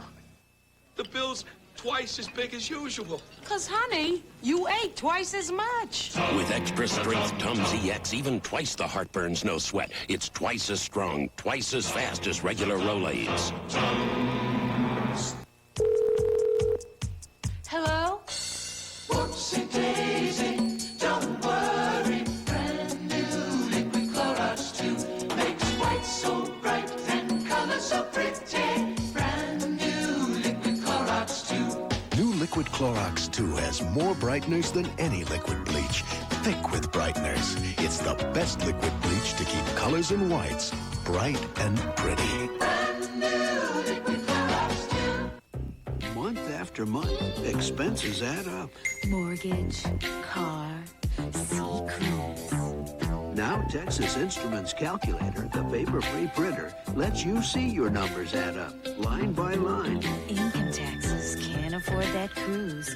Let's try camping instead. And when you change a number, you don't have to start over. The paper-free printer from Texas Instruments. There's even a portable. We make it easier to get results. Next week on Larry King Live, actress Lonnie Anderson, weatherman, funny man Willard Scott, and Quantum Leap's Dean Stockwell. All next week on Larry King Live, 9 p.m. Eastern on CNN.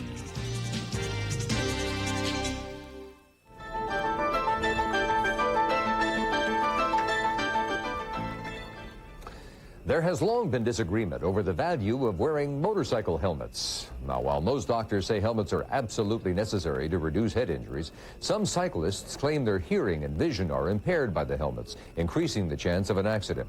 Well, now, Australian researchers have found a fatal flaw in the most commonly used headgear. However, local engineers have come up with a new and safer design. Australia's Network 10 reports. For years, medical experts have been mystified by the number of motorcyclists killed wearing full-face helmets. About 80% of riders wear them, but now scientists have found the helmets can kill.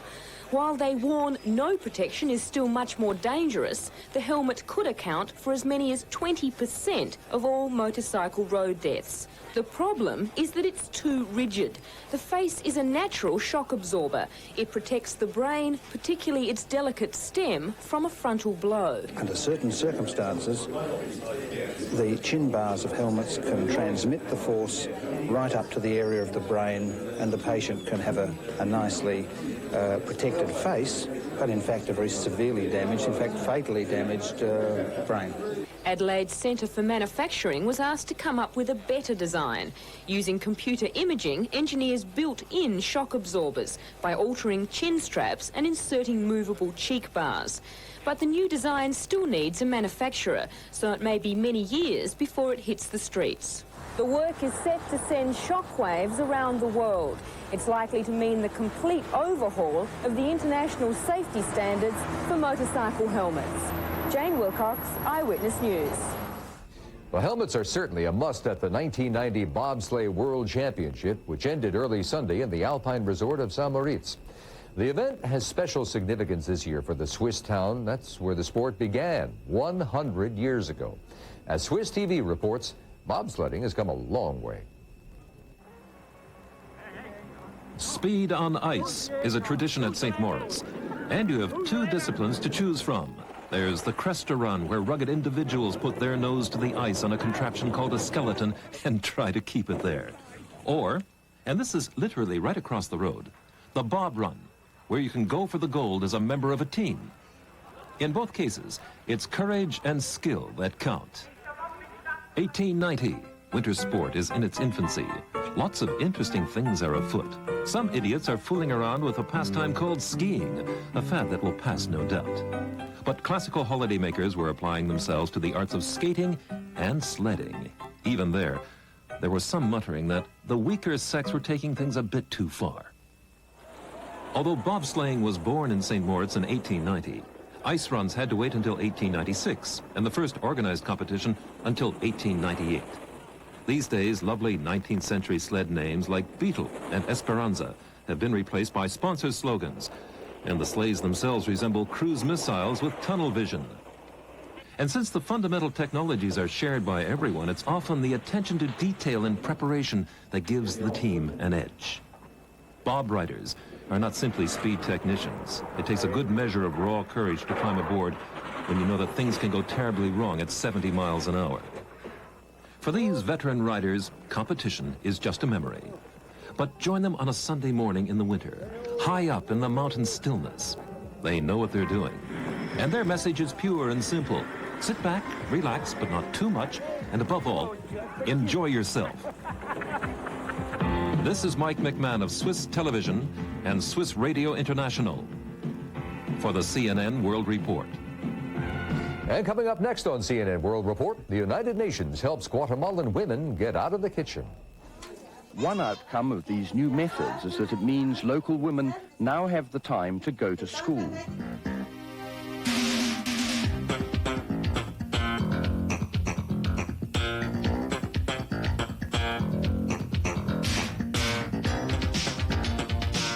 Your body, trim, fit, and in shape, is just 8 weeks away.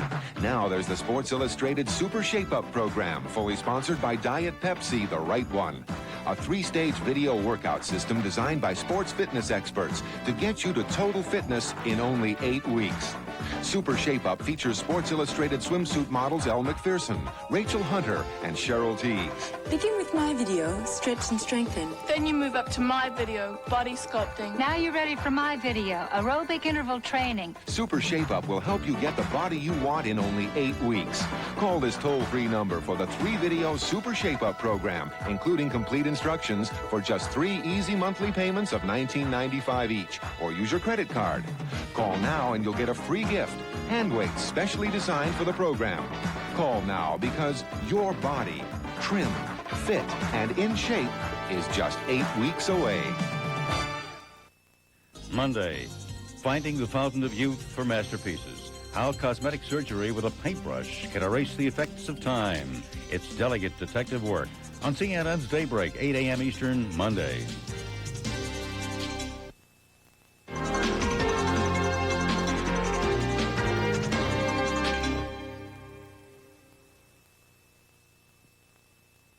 Tuesday night on TBS. Meet Peggy, Vicky, Vanessa, and Marcia. They're all part of one person. I hate Sybil. She mustn't remember. Who are you? Sally Field, Joanne Woodward, in the true story of one woman's journey through 17 personalities. Sybil, 8:05 Eastern on TBS Tuesday night. Weight Watchers magazine explains how you can prepare delicious low-calorie meals. You'll find articles on improving your appearance with easy, sensible exercises, fashion tips, beauty secrets developed just for you, and much, much more.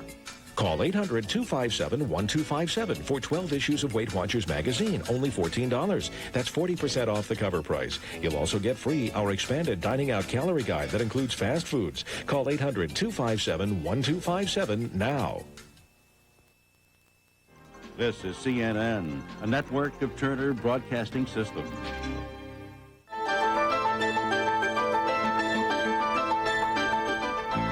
Here's what's ahead in this half hour of CNN World Report. The United Nations gives women the time to learn. Antigua and Barbuta's National Archives. Jordanians race from Paris to Singapore. Hungary prepares to host the World Expo. Indonesians rebuild a palace. The Chinese craving for sweet dumplings, and West Germany's Carnival Virgin. Welcome back. I'm Ralph Wenge. Worldwide, more women than men don't know how to read and write, but it's not because they don't have the desire. In poor countries, women are often just too busy looking after their families. Next month in Bangkok, a United Nations conference on education will look at this and other problems of literacy. And the UN has already helped some Guatemalan women find the time to learn, as United Nations Television reports. In the mountains of Guatemala, working in the fields is a job for the whole family. Sheep raising and subsistence crops are the basis of their way of life. There's little of the day left for other activities. The women's workload particularly meant that in the past they had no time for education. Until recently, Tomasa rose at dawn to laboriously grind corn on a stone invented by her Mayan ancestors thousands of years ago. From early childhood on, preparing food and gathering firewood filled Tomasa's entire day. Now a simple new device has changed all that. It's a corn mill provided by the UN Children's Fund UNICEF and voluntary groups.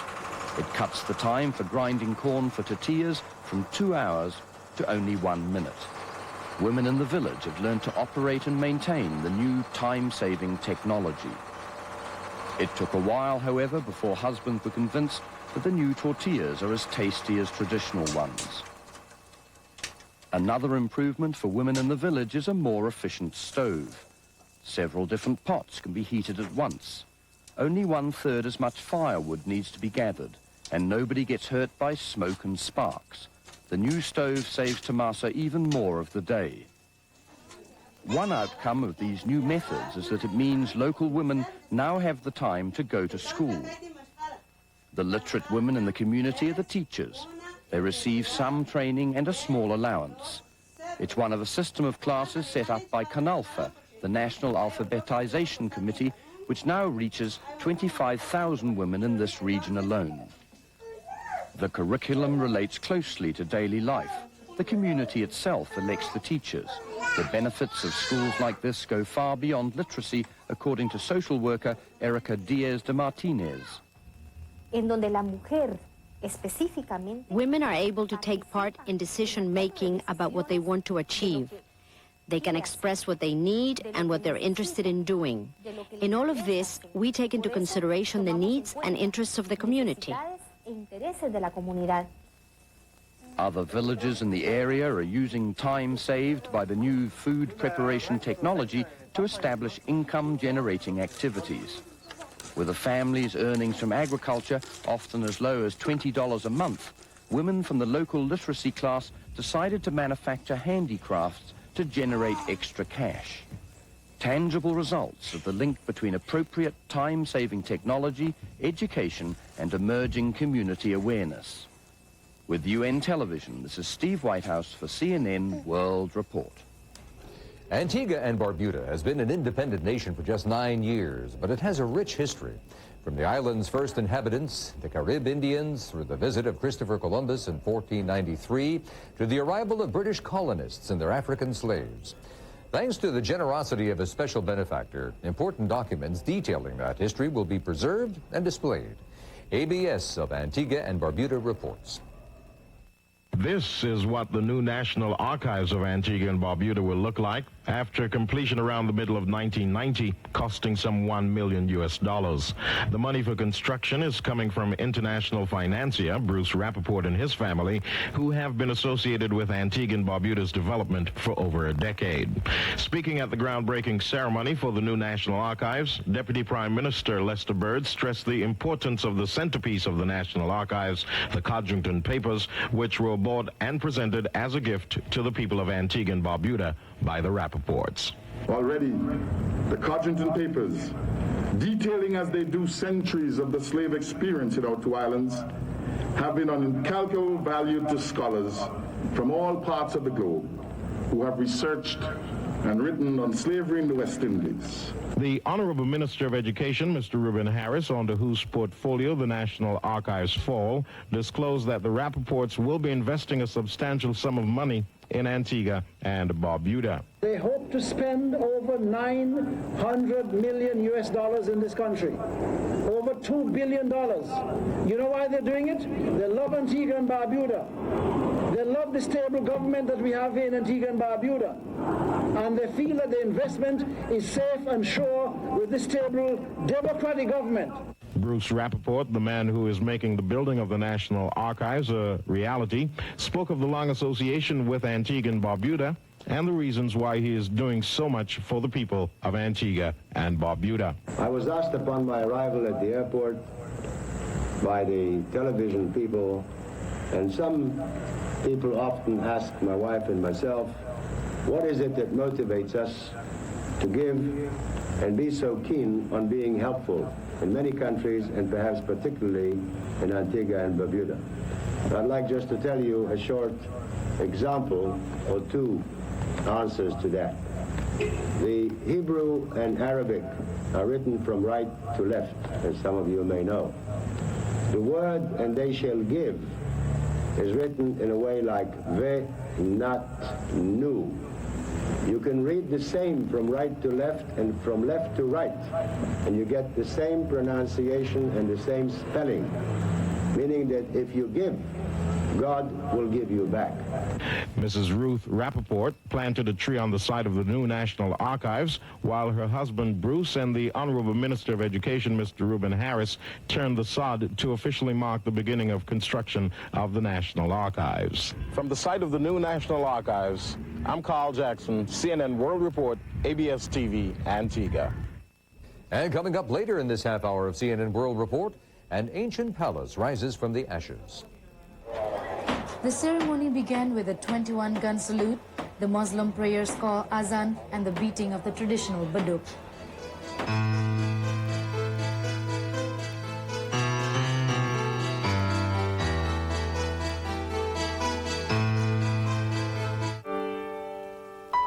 the glaciers, a string quartet. There are eagles and the finest cuisine. Midnight sun, Rosenthal china, world-class service, and the spouting of playful whales. Surely there is no land on earth more magnificent and wild than Alaska, and no way more civilized to see it than aboard the ships of Holland America. I work around some of the greatest books ever written, but if I could only read about one person, who would that be? Well, I choose to read about Jesus Christ. Much of his life is recorded in the Bible, but I can also read about him in this book of scripture. It's a companion to the Bible called the Book of Mormon, another testament of Jesus Christ, and you can have a free copy by calling this toll-free number. My favorite part of the Book of Mormon records that Jesus Christ appeared in ancient America shortly after his resurrection, and the people there heard his gospel. His teachings to them are meant for us today. The Book of Mormon is a gift from the Church of Jesus Christ of Latter-day Saints when you call this toll-free number.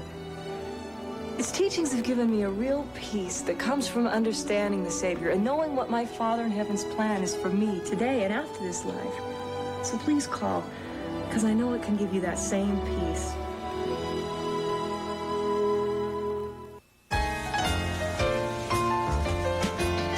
A real good love. Your marriage will never end. Always lasts. Your children will never grow old.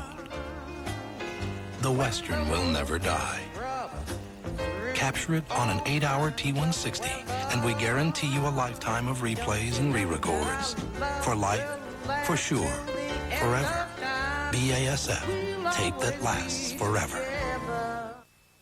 I'm Mario Perillo at Perillo Tour Headquarters. I've sent over 1 million people on vacation in the past half-century. Let me prove to you how my lifetime of experience can give you deluxe vacations at first-class prices. If you fancy Italy, Hawaii, St. Martin, the Bahamas, or Caribbean cruising, just get your hands on my brochures before you do a thing. You know, I wrote every word. So call 1-800-257-1257 right now. Monday on The World Today. What's it going to cost you to keep criminals locked up? Why our prison system may become taxing to your tax dollars. On CNN's The World Today, 6 p.m. Eastern, Monday.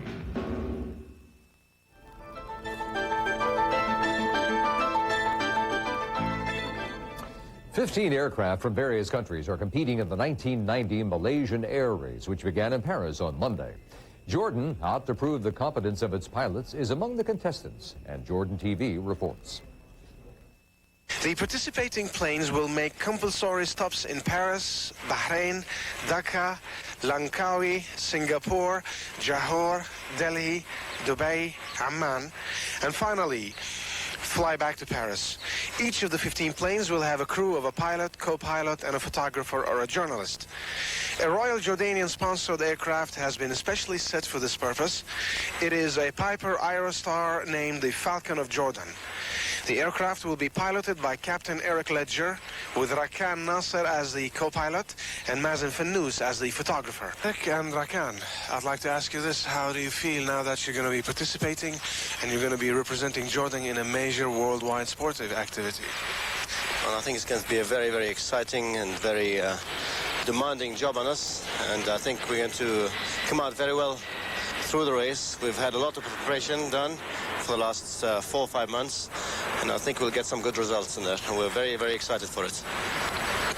And we're being sponsored by Royal Jordanian and Arab Wings, and we'd like to thank them for their support, and basically we're looking forward to hopefully winning this race.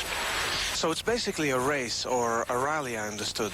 It's a race initiating from Paris to Singapore, or at least going to Malaysia, and then from Malaysia back to Paris. It's based on, like car racing, rallies, it's based on engine power and categories, and each particular airplane type is given a certain category and a particular speed to achieve the race from Paris to Malaysia back to Paris. And it's based on the best time achieved by that airplane, and the fastest of the airplanes is the winner throughout the race.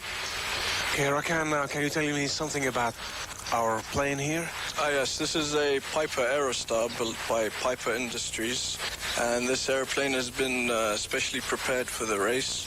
We have sophisticated navigation equipment which will assist us throughout the race, and extremely large engines developing 295 horsepower, which will hopefully give us a good chance of winning. This is the Falcon of Jordan, which will carry our dear pilots, hopefully, to victory. By participating in this world event, Royal Jordanian aims at highlighting its role in sponsoring international sport activities and promoting image of Jordan worldwide. Zafar Touqan, Jordan Television. Years ago, Budapest and Vienna were sister cities, two jewels in the crown of the Austro-Hungarian Empire. Today, in a new and increasingly integrated Europe, the two cities are about to cooperate once more as they jointly host World Expo 1990 this year. Hungarian Bovi Television reports on the contest for the Expo site in Budapest. The result of the competition for finding the best venue in Budapest for the planned World Expo, to be held jointly by Vienna and the Hungarian capital in 1995, was announced in an international press conference in Budapest.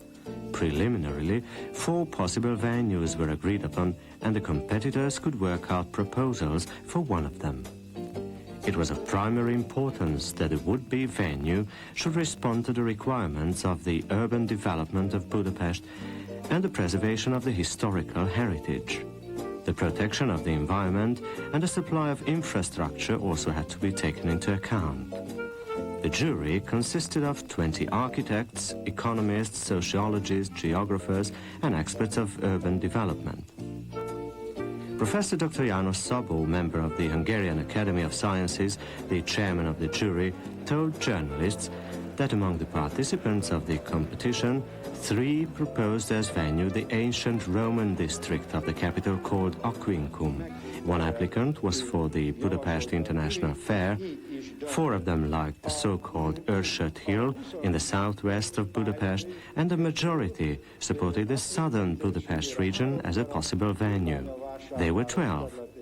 There was a combined proposal with Aquincum and South Budapest as well. Out of the 23 competitors, 12 were rewarded. In other cases, some parts of their ideas were declared as worth buying, Dr. Szabó said.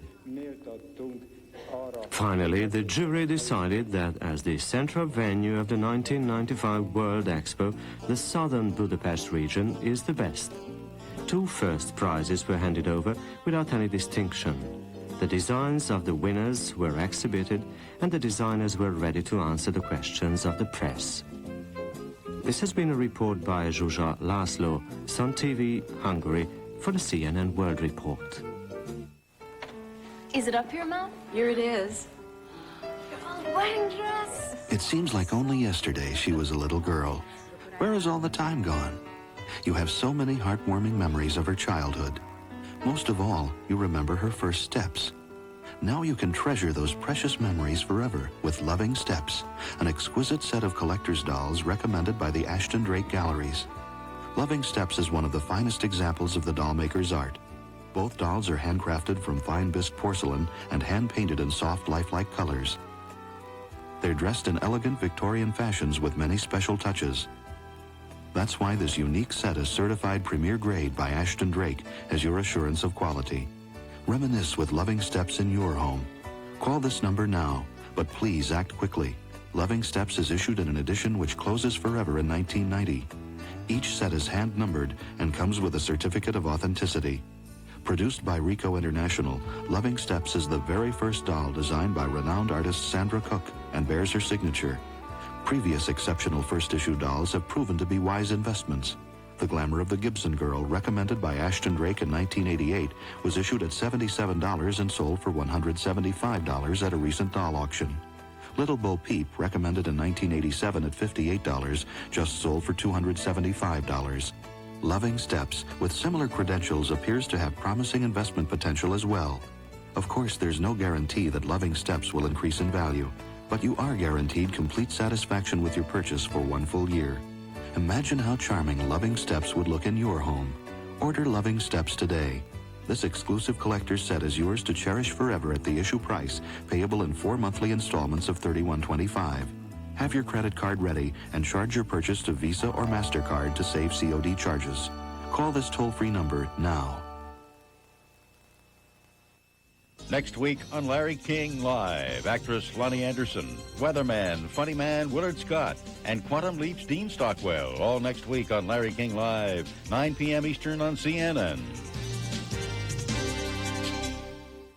Hi there, I'm Don Carson, CNN Weather. A brand new blast of cold Arctic air will be booming into the northwestern corner of the country overnight, and by the late afternoon hours on Monday, we'll see a combination of some rain and snow along the coastal sections here, and then it's all snow over to and including parts of the northern high plains. The Seattle area, for example, overnight we'll see a combination of some rain and snow, but during the day on Monday, mainly during the morning, they will see some snow showers. Mostly clear for the southwest, and most parts of the east will also be clear. Across the upper and eastern Great Lakes by the late afternoon, good chance of some scattered snow showers. And now some daytime highs and conditions for Monday.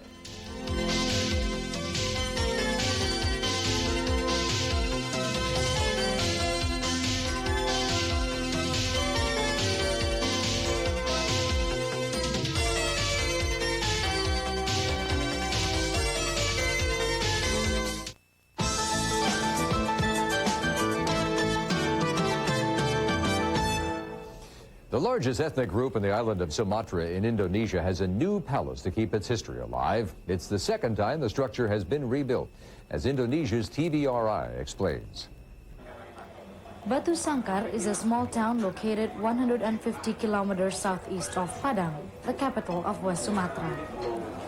It is recognized as the center of Minangkabau culture and once the seat of the Minangkabau kingdom, Pagaruyung.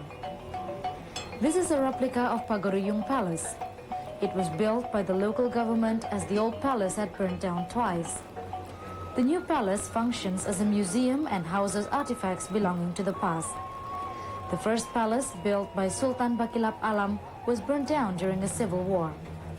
Then in August 1961, the palace again burnt down. 28 years ago, fire raged this palace, Istana Pagaruyung, or the Pagaruyung Palace. No one was hurt during the incident, but the palace was totally damaged. All of the personal belongings were unable to be saved. The total loss could not be calculated, as all of the belongings were treasures passed on by the ancestors Pagaruyung. The palace was burnt down by a 4-year-old boy who was playing around with matches, Sultan Rusmansyah. According to Sultan Rusmansyah, now 32 years old, what happened 28 years ago was an unforgettable moment, but he accepted it as fate. Around 3,500 people attended the opening ceremony. Upon arrival, the guests were greeted in a traditional Minangkabau style with a dance called Tari Gelombang, or the wave dance.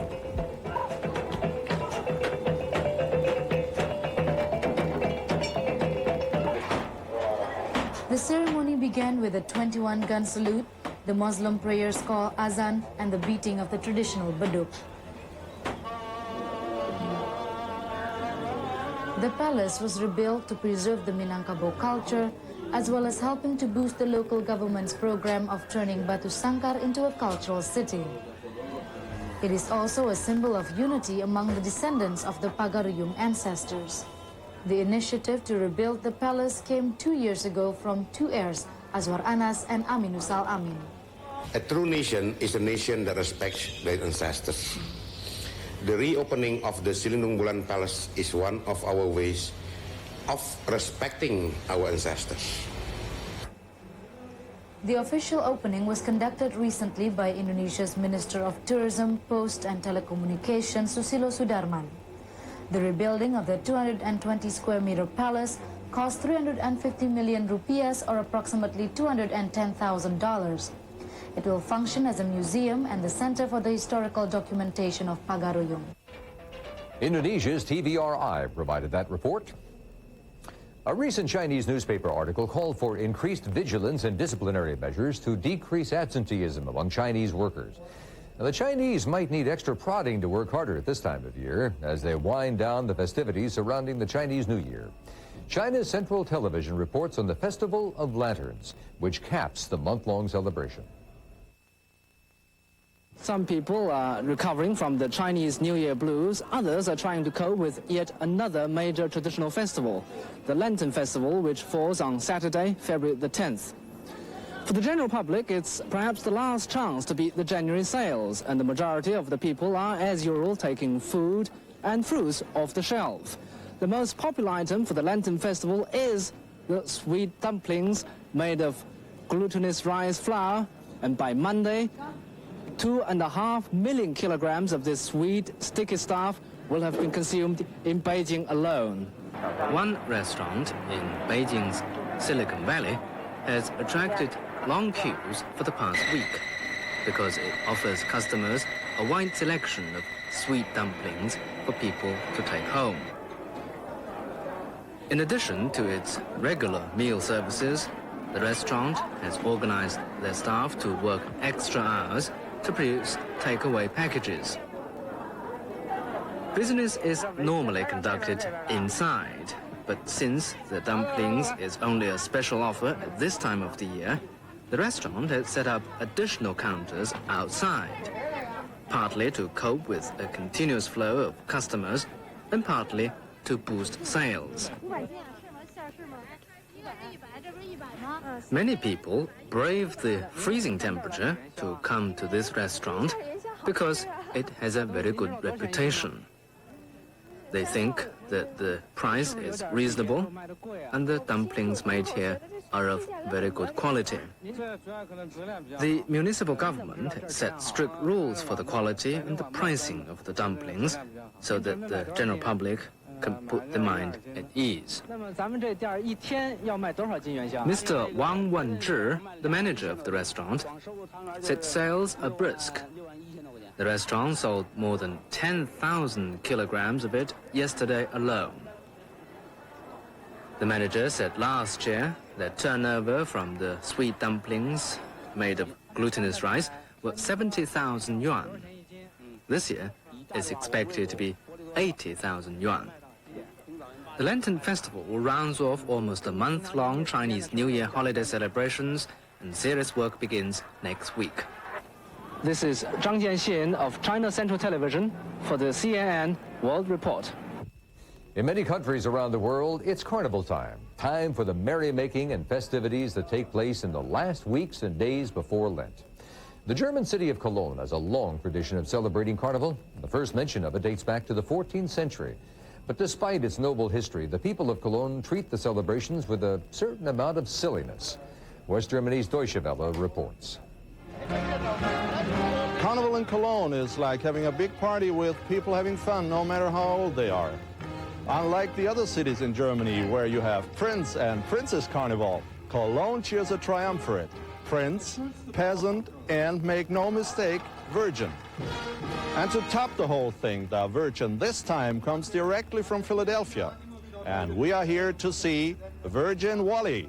Virgin Wally runs a travel agency in Philadelphia by the name of Colonia, an allusion to his hometown Cologne, West Germany. Usually business keeps Wally in the US, but never during Carnival. Then he leaves for Cologne, the center of craze in these days. It is simply a must. On my way over, actually, to the United States, I met my wife on the ship in the middle of the Atlantic Ocean. She came from Cologne. And, well, when we arrived, shortly after, I asked her to marry me, and she said only under one condition. If you promise me that for Carnival, you always go back to Cologne. And did he keep his promise? Absolutely. And you can see after 30 years, I think we cannot top this. This is absolutely the highlight of our life, yes. The Virgin in Cologne Carnival sort of represents the untouchable rights of the city, which has always been a free city, never conquered by anyone. Maybe this is one of the reasons for a man playing the part to make sure the Virgin remains untouched. You might want to think twice making advances to a Virgin like this one. And although critics hold Carnival has been changed past recognition, people are just happy watching her loveliness dancing on stage in a 35-pound outfit together with Prince and Peasant. How do you like it? Speechless. Pretty much speechless. I think she's very great. He is very great. I love him. I like the show very much. And I love Jungfrau Wally. And there is even time for a cross-cultural reference.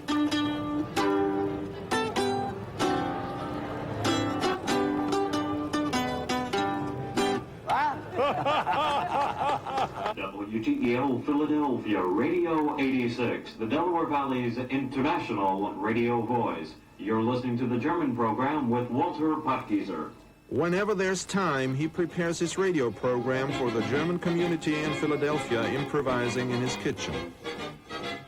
But he doesn't have too much time to do this because the Royal Madnesses hardly have time to breathe when in office. More than 10 appearances a day in different city halls keep them busy. Still, our Virgin likes it, though he really feels relieved when his adjutant helps him take off his wig at 2 o'clock the next morning. It takes a lot of guts to be a virgin these days, it seems. Friedrich Schmidt, Deutsche Welle Cologne for CNN World Report. And when CNN World Report continues, Namibia steps over the hurdles of ties with South Africa. This step will undoubtedly open doors to the international sports scene from which Namibians have been barred for so long.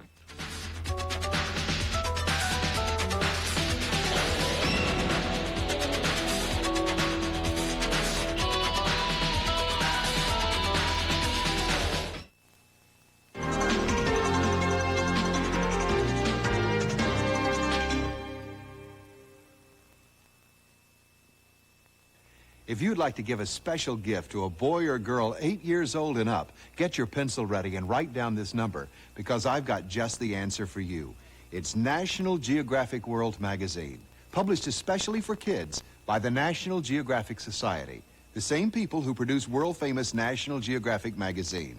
It brings real-life adventure, page after page of fascinating articles and pictures in National Geographic color, on animals, outdoor adventure and science, faraway places, sports, and hobbies. And yet, while it entertains, it fulfills curiosity, stimulates imagination, and encourages your youngster to read more. It's amazingly inexpensive. For 12 issues in brilliant geographic color, compare this once a month, 12 times a year gift to a single gift from a toy store, and you can see what a bargain this is. There's no shopping, no wrapping, no shipping. You cannot buy it at a newsstand or bookstore. You can get it only through the mail, and it's so easy to order. Just call with that special child's name and address today. Call 1-800-257-1257. Each issue has exciting surprises, puzzles to solve, games to play with friends, stories about kids doing special things, and often supersized pullouts to put on the wall. Youngsters even have the opportunity to compete for a $5,000 scholarship. National Geographic World, what a wonderful gift for any boy or girl. And when you call with your subscription order today, we'll also mail a special personalized gift card from you. So call or write today with your young reader's address and your name for the gift card. Call 1-800-257-1257. That's 1-800-257-1257. 12 colorful issues and a card from you for only $10.95. This gift lasts a year. The benefits last a lifetime. This is CNN, a network of Turner Broadcasting System.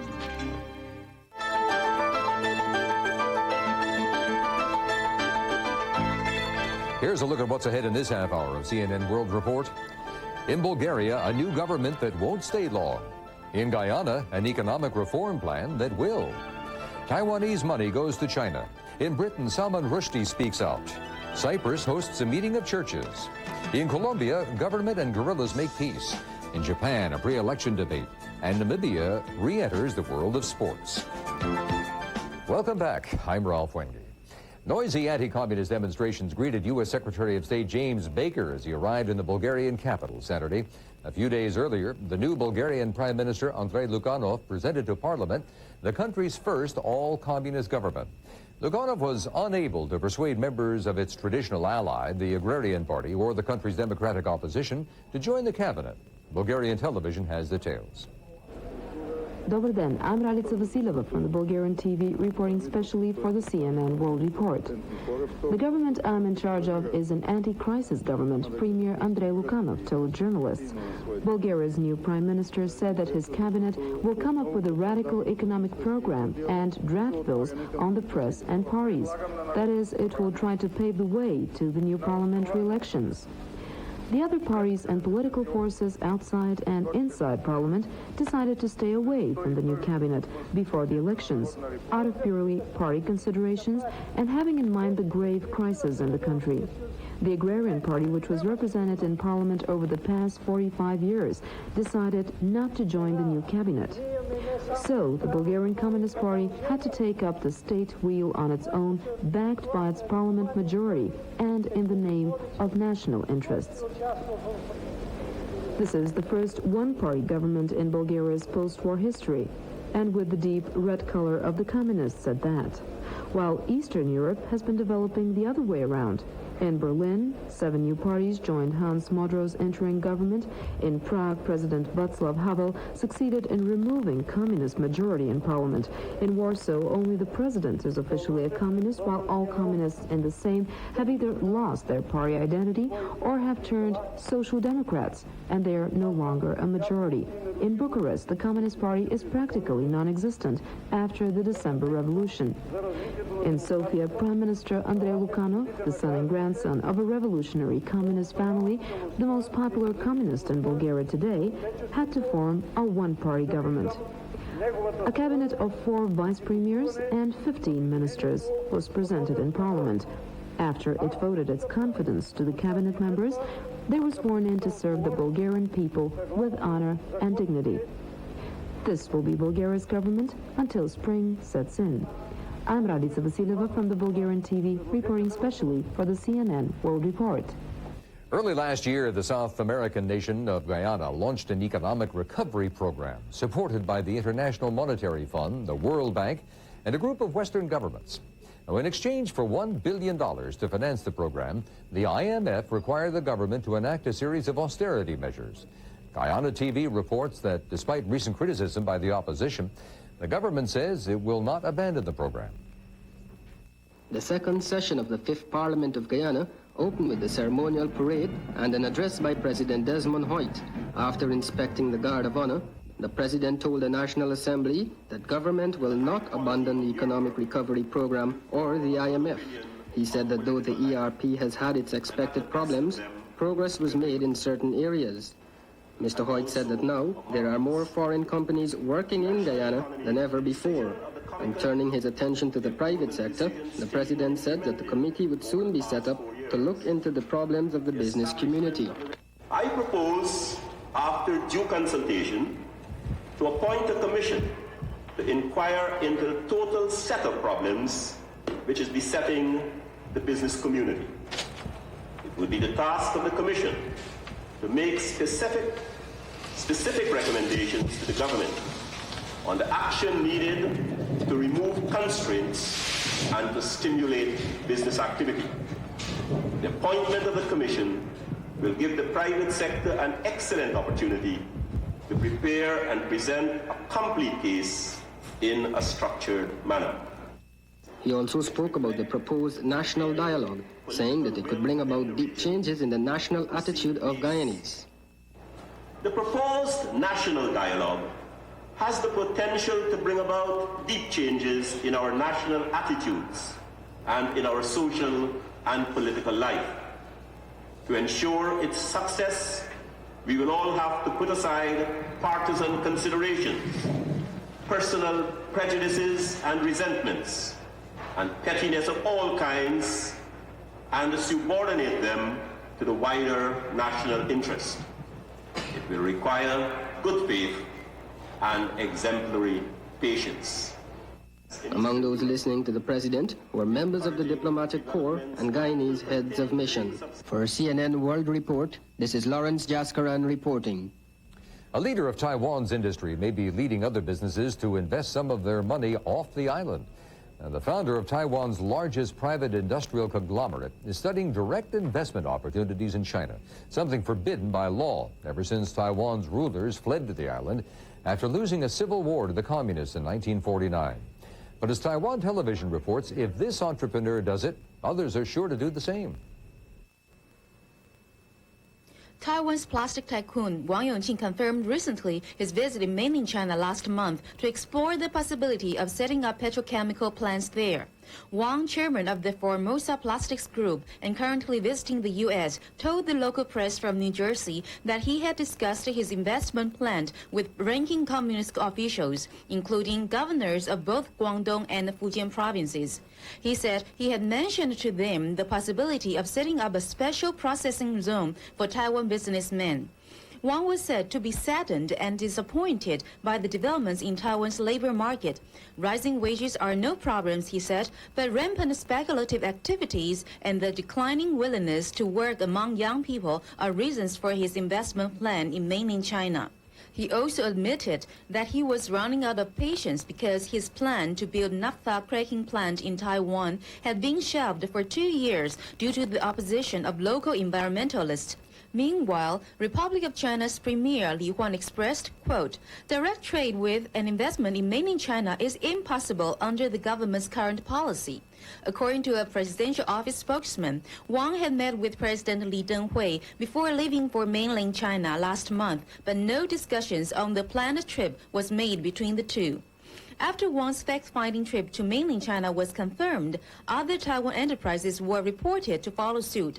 Suspected companies include Taiwan Cement Company, Yulong Company, and so on. Chairman of Taiwan Cement Company, C.K. Koo, has denied the saying. He said Taipei has continued to ban direct investment in mainland China because of Peking's unstable policies. It is impossible that his company will defy the government's ban, he said. This is Winnie Cheng, reporter for the Taiwan Television Enterprise, reporting for CNN World Report. Coming up later in this half hour of CNN World Report, Colombia's guerrilla fighters come out of the jungle to talk. The conditions of the comeback to civilian life are being negotiated.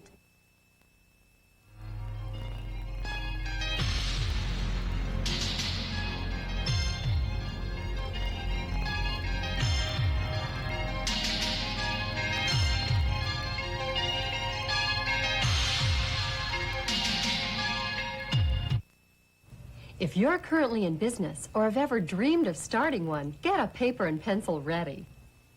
Entrepreneur Magazine, the small business authority, is making you a terrific offer. This handsome soft-side briefcase with carrying strap and zipper side compartment is yours free with your paid subscription to Entrepreneur Magazine. Entrepreneur Magazine is your guide to succeeding in the exciting world of business. We enjoy the freedom of having our own business, and Entrepreneur Magazine helped us get started. With Entrepreneur Magazine, you'll discover how people just like you have made it as their own boss and now enjoy the financial rewards that only owning a business can offer. And once you're in business, each exciting issue brings you inside information that keeps you on course. We've owned our business for 2 years, and we've learned something new from every issue. Entrepreneur Magazine keeps you informed about the latest business innovations and ideas. This year, Entrepreneur Magazine will help over 121,000 people start their own businesses. The only difference between these successful people and you is one thing: they got started. A full year of Entrepreneur Magazine is only $19.97. That's almost 50% off the newsstand price. And along with your paid subscription, you get the handsome soft-side briefcase absolutely free. Entrepreneur Magazine is the magazine for people who are ready to be more successful now.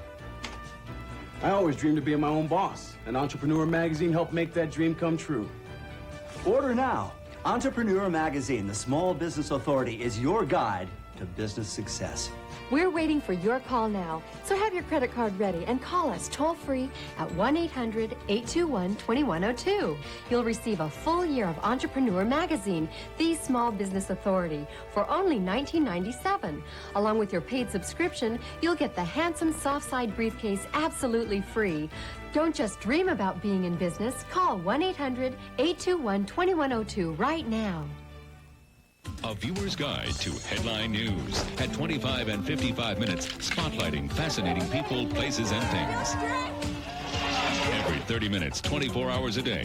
Headline News. Anytime, all the time.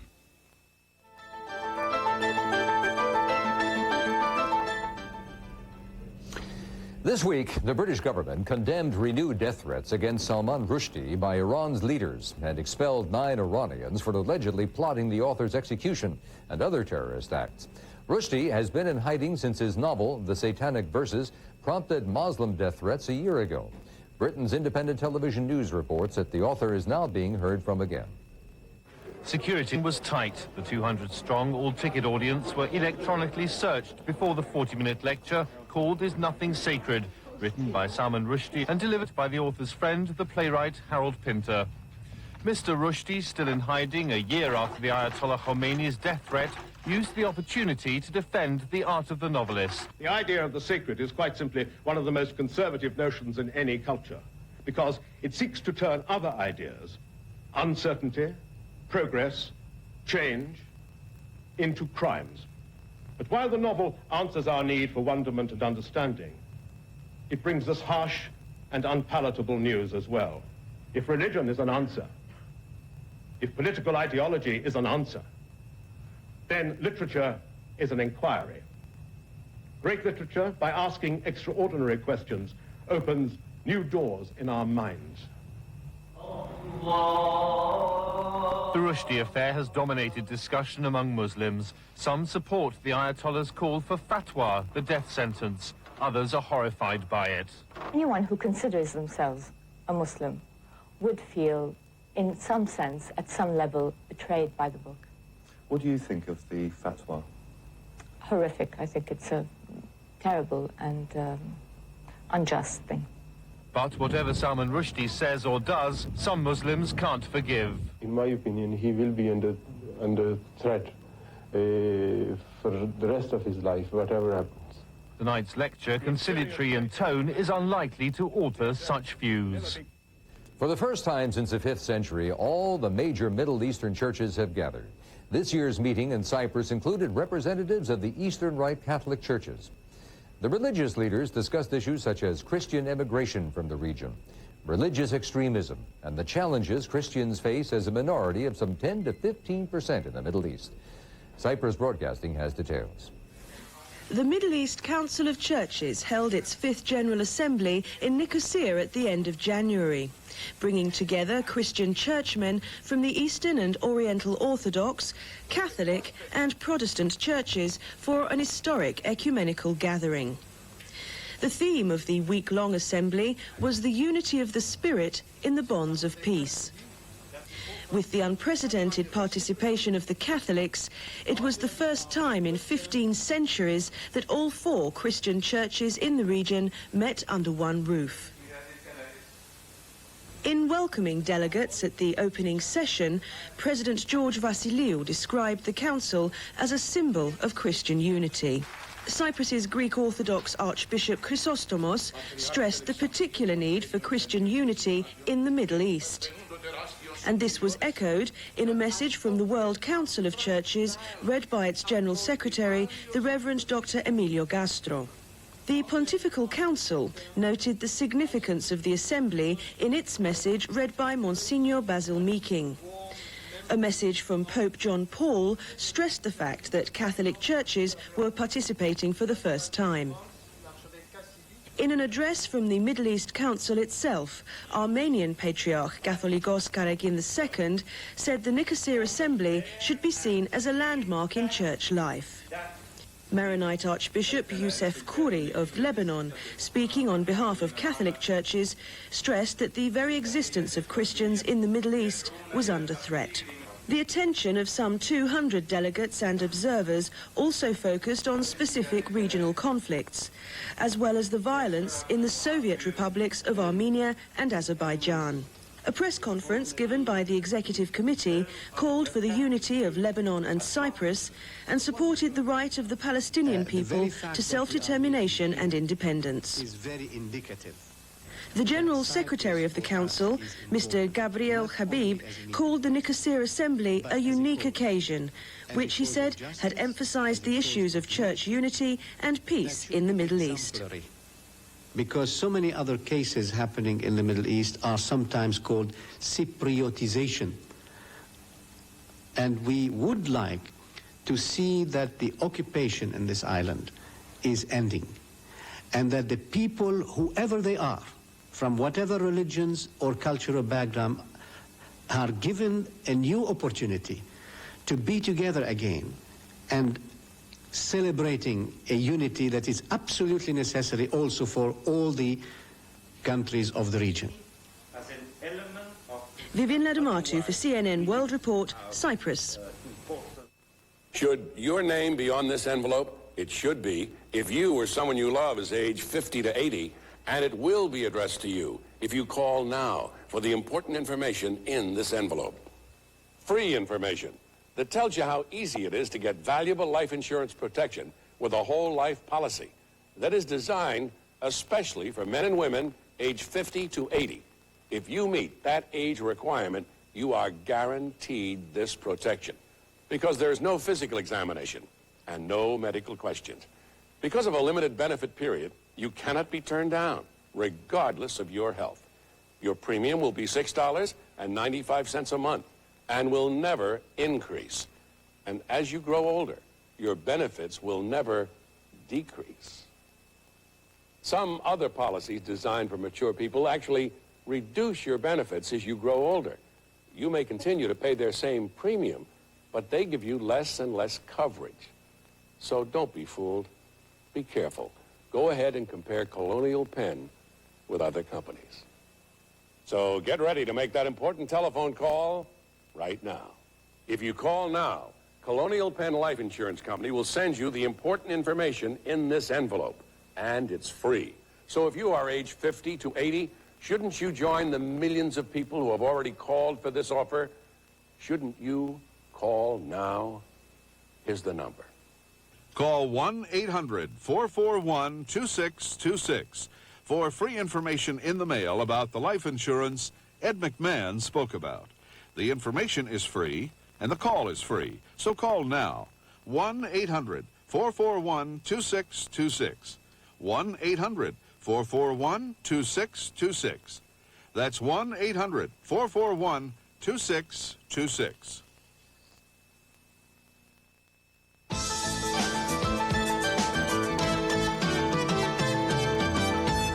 Murder has become a leading cause of death in Colombia, according to a report released Friday by the United Nations Human Rights Commission.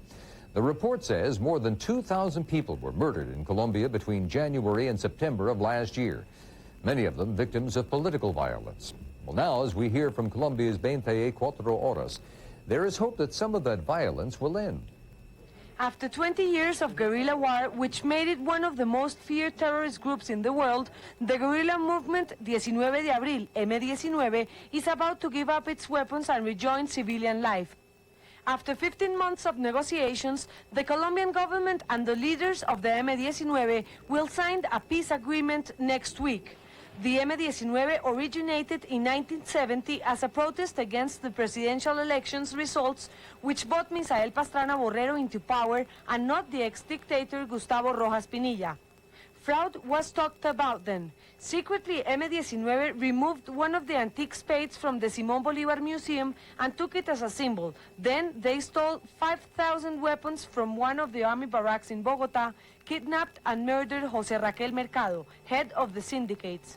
In November 1985, they took over the Palace of Justice in an act which yielded more than 100 victims, amongst which were 13 magistrates of the Supreme Court of Justice. In September 1988, President Virgilio Barco launched a peace initiative which was only welcomed by the M19. As from then, the conditions of the comeback to civilian life are being negotiated. A new law product of these agreements forgave the exemption all political crimes committed by M19. In return, the guerrillas will hand over their weapons and will ship 100 men which are now in combat areas of Cauca and Huila.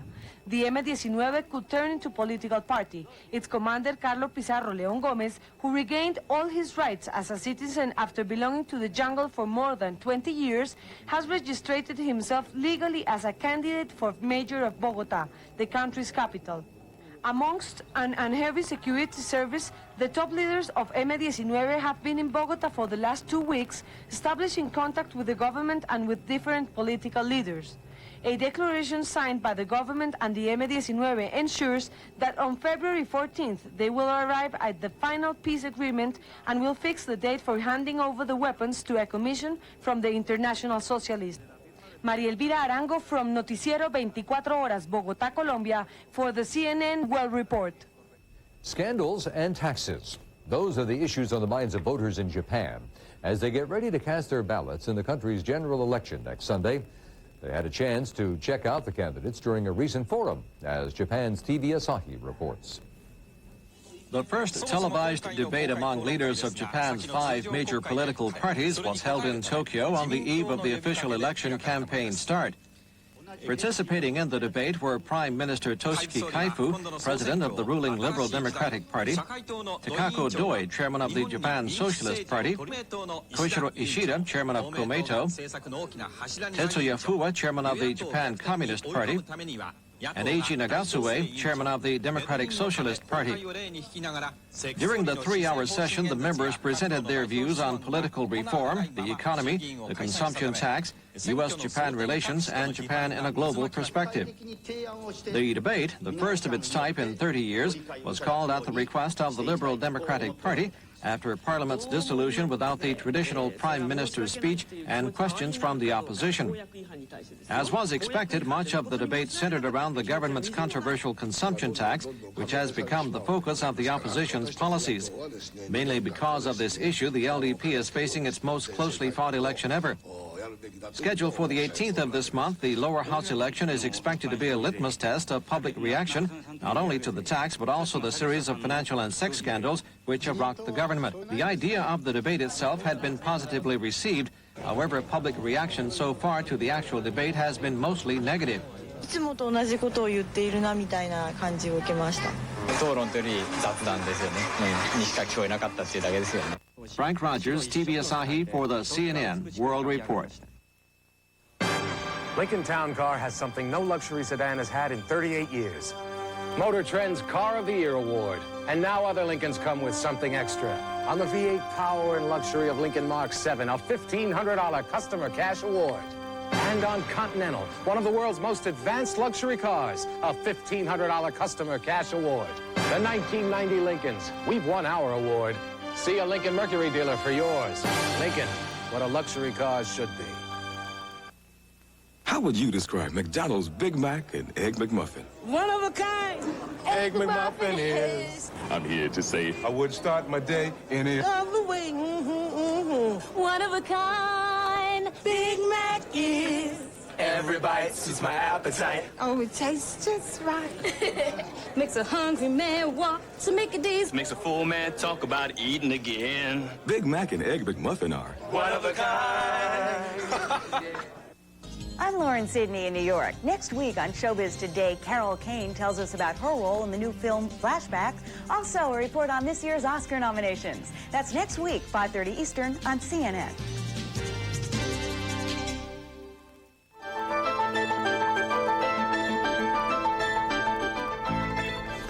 Earlier this week, before the jubilation began in South Africa over the release of Nelson Mandela, police used tear gas to break up a demonstration by 2,000 black youths protesting a touring English cricket team.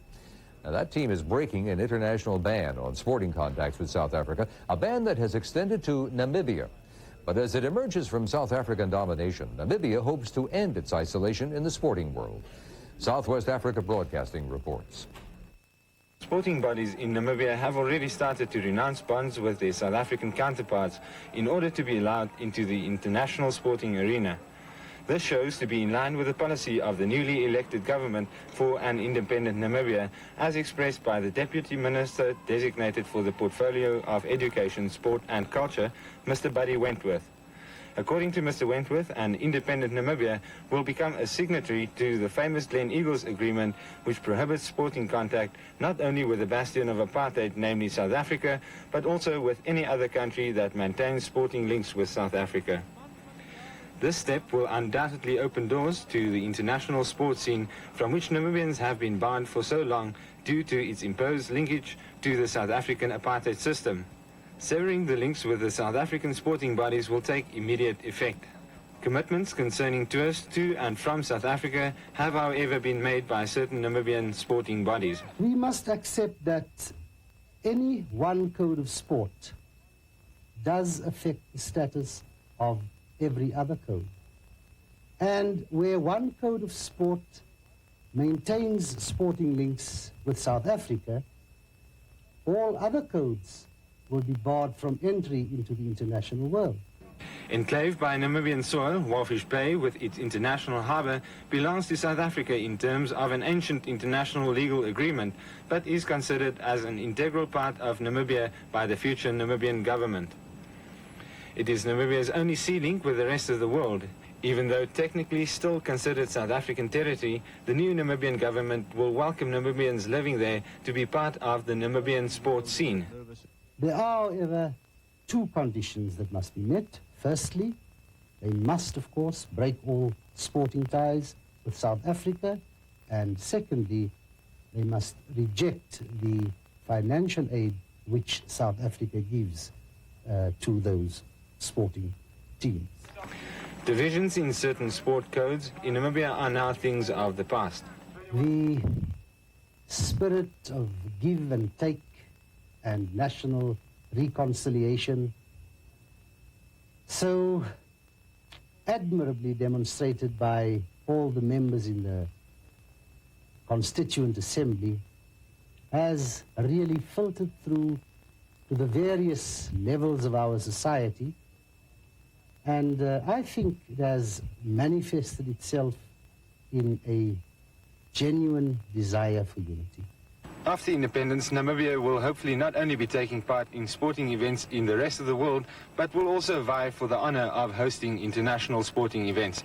This is Magnus Pinar, SWABC Namibia, for the CNN World Report. And when CNN World Report returns, what does the average worker in the Soviet Union think of party reform? We decided to visit the Moscow plant Caliber to ask the average party member here what they think about perestroika in the party.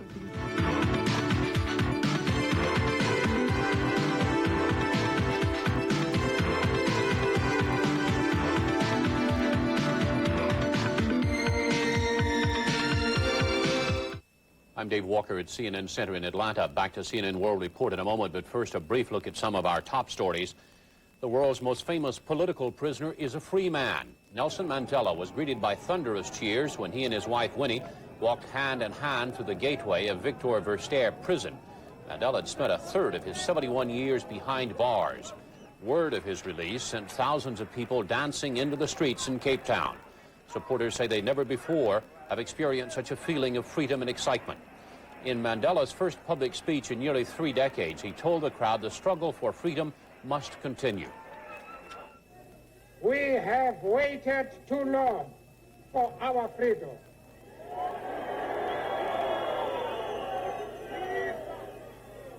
We can no longer wait. Now is the time to intensify the struggle on all fronts. To relax our efforts now would be a mistake which generations to come will not be able to forgive. But the jubilant day was marred by violence just outside Cape Town. At least one person was killed when police fired shotguns loaded with birdshot into a crowd of looters. Meanwhile, world reaction to Mandela's release has been swift.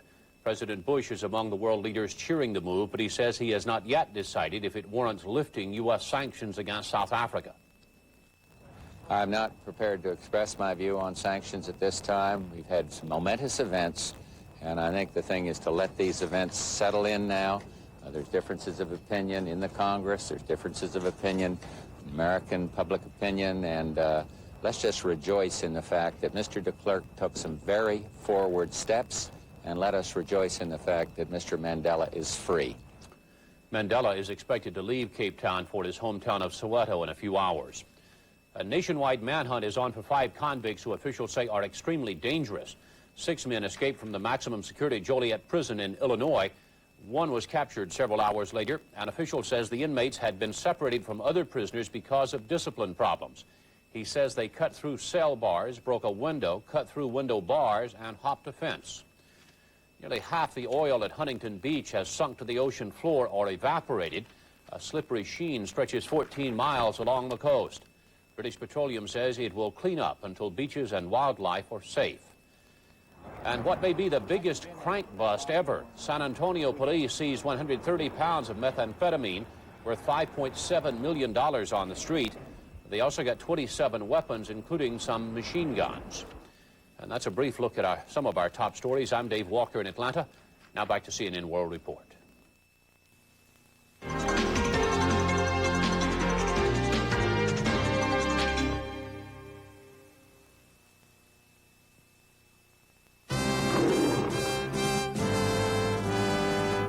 Celebration. On February 23, 1989, Dreyfus introduced the Worldwide Dollar Money Market Fund. Since that day, Worldwide has delivered a higher yield cumulatively than any other money fund. Number 1. How did Dreyfus do it? Brains. Investing in dollar-denominated securities of some of the world's strongest banks, corporations, and governments, and the Dreyfus no-cost guarantee bring you returns once available only to the wealthy few. Result, more dollars for you. Savings with a capital S. What's that? Today's yield? Call 1-800-257-1257.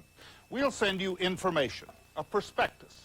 Let the stock market rise and fall. Stay secure with world-class yields. Call 1-800-257-1257 and let Dreyfus Worldwide make your day, week, year. This is CNN, a network of Turner Broadcasting System.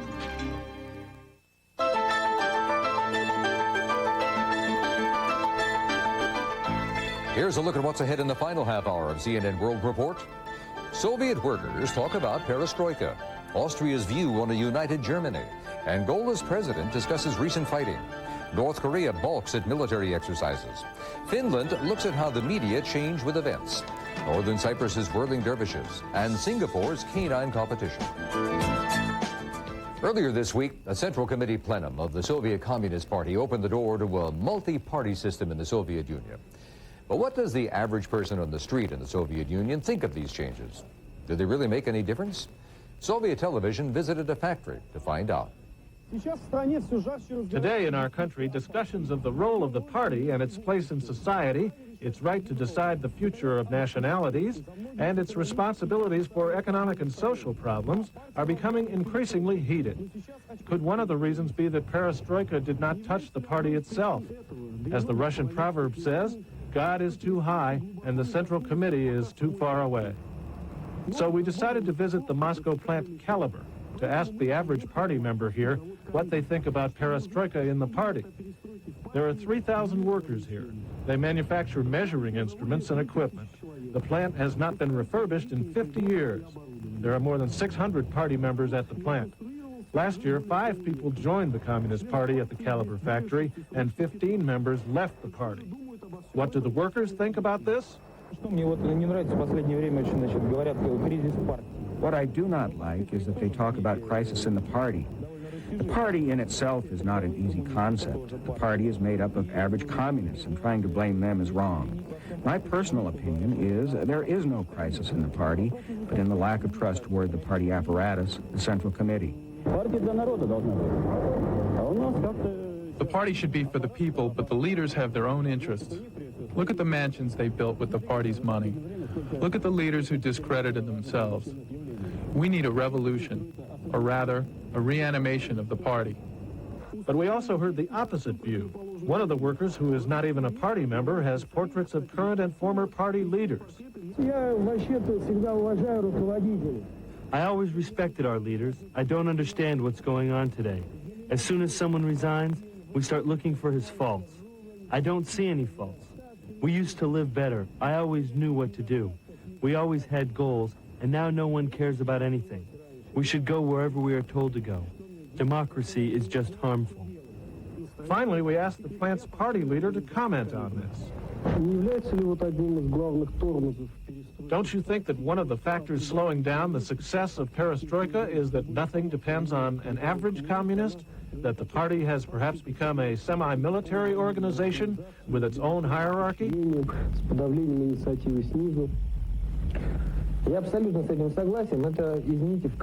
I agree with you totally. This is one of our so-called achievements. The fact that we have generals and soldiers in our party and that an average communist can't have any influence on the work of the Central Committee or even the City Party Committee. Every month I collect around 5,000 to 6,000 rubles in membership fees. All the money I then transfer to the Regional Committee. Do you think it is even fair that we don't know where the money ends up? The party's budget has never been published, and the sums of money are enormous. Perestroika in the party is moving terribly slowly. This report released by Soviet television for the CNN World Report. In Moscow this weekend, West German Chancellor Helmut Kohl was able to convince Soviet President Mikhail Gorbachev that a unified Germany won't be a threat to Europe. But what about being a threat to itself? Austria's ORF takes this lighthearted look at the possible pitfalls of reunification. The Germans must be crazy. I don't recall who coined this phrase first, but just look at the facts. It's so evident what a united Germany will mean in practical terms. By incorporating the GDR, West Germany will get one of the most polluted countries on earth. Not only do East German smokestacks spit out the most toxic fumes all over the country, do chemical plants pour their waste into the rivers or just dump it somewhere around the corner. If that were not enough, West Germany for years has sent its garbage across the wall right into the neighbor's garden. Once united, the progressive Germans not only will have to clean up and fix the poor Germans' factories, they will also have to look for another burial ground for their dangerous remains. And what can the other side look forward to? Well, first the East Germans will have to trade up their famous two-stroke Trabis for high-speed Mercedes and BMWs in order to compete on German autobahns. And to keep up with their rich brethren's customs, wash and polish their cars every Saturday. Next, simply relaxing vacations at a boring resort on the East Sea won't do it anymore. Now they'll have to play along the West Germans' rules. Top your next-door neighbor, whatever he does. So spy on his travel plans, and if he or she books a flight to Spain, go to Africa. It's more impressive. Gosh, I'm happy so far no one has come up with the idea for Austria to be part of Greater Germany, and Switzerland too. After all, we all speak German. But as a noted Viennese writer once said, Austria and Germany are separated by the same language. It has never been as true as today. From yet independent Austria, this is Eugen Freund in Vienna. And coming up in the next segment of CNN World Report, the swirling robes of Anatolia's mystics. The Samazens revolve both around themselves and around the floor, exactly in the same manner as the world and planets revolve around the sun.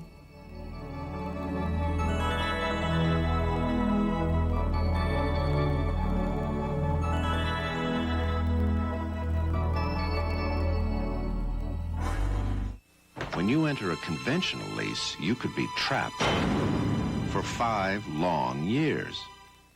So consider the freedom of the Audi 3-year test drive.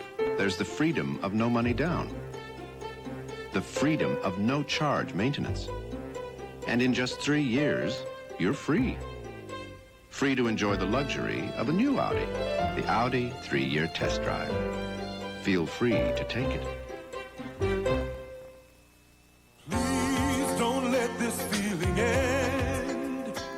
Looks like I won't make it back for Valentine's Day.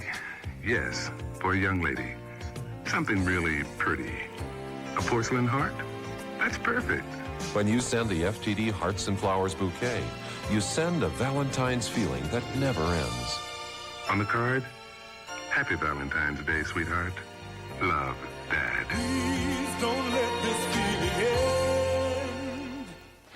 The best ideas in checking come from Wells Fargo, the first major California bank to offer 24-hour person-to-person phone service 365 days a year. Wells Fargo comes through again. The best ideas in checking come from Wells Fargo, the first California bank to guarantee you'll get to a teller in less than 5 minutes. Now you can bank in record time. Wells Fargo comes through again.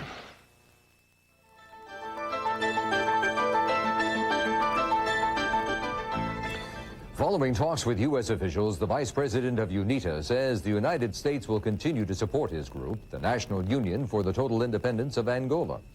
The UNITA leader denied claims made by Angola that government troops had defeated the rebels in the battle for control of the town of Mavinga. The U.S. says UNITA still controls most of that area, but government forces do occupy the airport. Angolan television brings us the government perspective. In a speech presented this week at the meeting of the newly formed National Union of Farm Workers held in Luanda, Angolan President José Eduardo dos Santos cited the successful military actions of the past week in Mavinga, saying that despite the routing of the united forces there is no reason in trying to reach a total military victory when further bloodshed may be avoided by reaching a peaceful solution. The town of Mavinga, located in southeast Angola, was held by Jonas Savimbi's UNITA guerrillas until last week, when it was overrun by the Angolan FAPLA army. Mavinga represents the line of military demarcation between the two sides in the Angolan conflict, now entering its 15th year. At the meeting, the Angolan president presented the government's proposition concerning the most urgent issues facing the country at present, which included the re-establishment of a ceasefire in the spirit of the Gabaraliti Peace Accords of 1989, and the granting of amnesty to all the elements of UNITA, as well as the promise of humane treatment for Jonas Savimbi himself. The government has now dropped its demands for Savimbi to go into exile. In addition, further points in the proposition called for the creation of conditions for free elections in the country, with a guarantee for universal suffrage for all Angolans, in strict adherence to the principle of one man, one vote. The Angolan president said that the MPLA government, in concordance with its new open policy, will now be accepting all categories of people, including members of religious groups, as well as businessmen and ex-party members from other parties. Independent candidates will also be permitted to vie for posts. We are anxiously awaiting, said President dos Santos, for a reaction to our proposition by all the interested parties. And we urge once again the United States, South Africa, and other countries to cease their military involvement in Angola and reorient their efforts towards the promotion of the peace process. TPA for the CNN World Report, Angola. South Korea is accusing the North of aggravating strained relations by suspending all border talks. North Korea says it won't continue negotiations during the South's joint military exercises with the United States, called Team Spirit 90. The South has invited North Korea to send observers to the annual war games, which the North claims are a dress rehearsal for a northward attack. North Korean television reports. A joint meeting of the North Side delegations to the North-South talks took place in Pyongyang on February 8th to denounce the United States and the South Korean authorities for their Team Spirit 90 joint military exercise. Present at the joint meeting were heads, delegates and suites of the North Side delegations to the Pamanda meeting of North-South parliamentarians, to the preliminary talks for the North-South high-level political and military talks, and to the contacts of working delegates for North-South Red Cross talks. It was also attended by officials concerned. At the meeting, a report was made by Peng Namjoon, head of the North-Side delegation to the preliminary talks for the North-South high-level political and military talks. Speeches were made by Lee Joo-un, delegate of the North Side delegation to the Pamanda meeting of North-South parliamentarians, and by Kim Young-chul, delegate of the North Side delegation to the preliminary talks for the North-South high-level political and military talks. The reporter and speakers said that owing to the criminal joint military exercise of the United States and the South Korean authorities, a grave obstacle and difficulty are placed in the way of the North-South dialogues. And so, a joint meeting of members of the North Side delegations to the North-South talks was organized. The reporter and speakers branded the Team Spirit 90 joint military exercise as a preliminary war, a nuclear test war for preemptive attack on the northern half of Korea. and as a dangerous act of aggravating the North-South confrontation, obstructing the North-South dialogues, and threatening peace in Asia and the rest of the world. The reporter and speakers declared that since the South side conduct a war exercise against the opposite side of the dialogues, we cannot continue with the honest-minded dialogues. Reporter and speakers said that there is no change in the basic stand of the North side to open a broad road of peace and the peaceful reunification of the Korean Peninsula, and pointed out that if the United States and the South Korean authorities really hope for peace and the peaceful reunification of the Korean Peninsula, they should stop the joint military exercise. A joint statement of the North Side delegations to the North-South talks was adopted at the meeting. The statement declared that North Side delegations to the North-South talks will not appear at the venues of talks in Panmunjom throughout the aggressive Team Spirit 90 joint military exercise in South Korea. That was the news report from the Central Television of the Democratic People's Republic of Korea to CNN by Kim Hyo-suk. Want an adjustable bed but don't think you can afford one? Then you haven't priced Craftmatic adjustable beds lately. Craftmatic Model 2 beds cost hundreds less than these quality flatbeds. And this Craftmatic Model 3 is available at 50% of Craftmatic 2's low cost. 50%. Craftmatic Model 3 and 2 beds adjust to all these healthful positions and offer optional heat and massage, yet cost less than these quality flatbeds. Get our free catalog by mail, including information on Craftmatic 3s at savings of 50% of Craftmatic 2's low cost. Hello, I'd like to receive your free catalog and 50% information by mail. Certainly, sir. It's easy, so call for this free catalog right away. Call 1-800-BED-9978. That's 1-800-BED-9978. Toll free. Call 1-800-BED-9978. July. Heat. Humidity. And hockey. This July, the world's best come to America for the 1990 Goodwill Games. The powerful Soviets, Czechs, Sweden, Canada, and Team USA. Who says there's no hockey in the summer? Breathtaking, record-breaking, memory-making. The 1990 Goodwill Games, this summer on your TBS channel.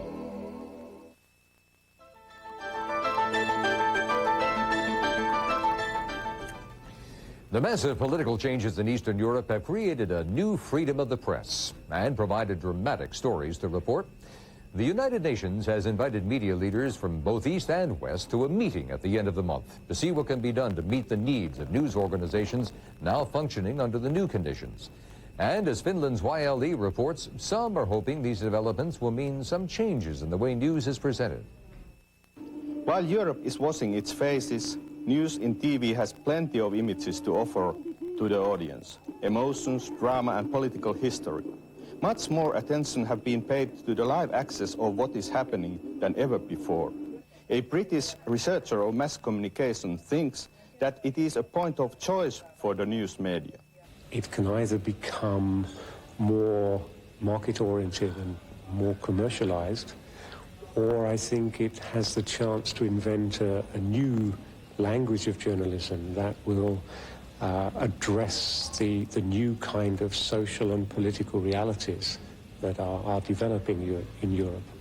It seems that no matter which news studio I'm in now, the formats of the news are strikingly similar, both in the East and in the West.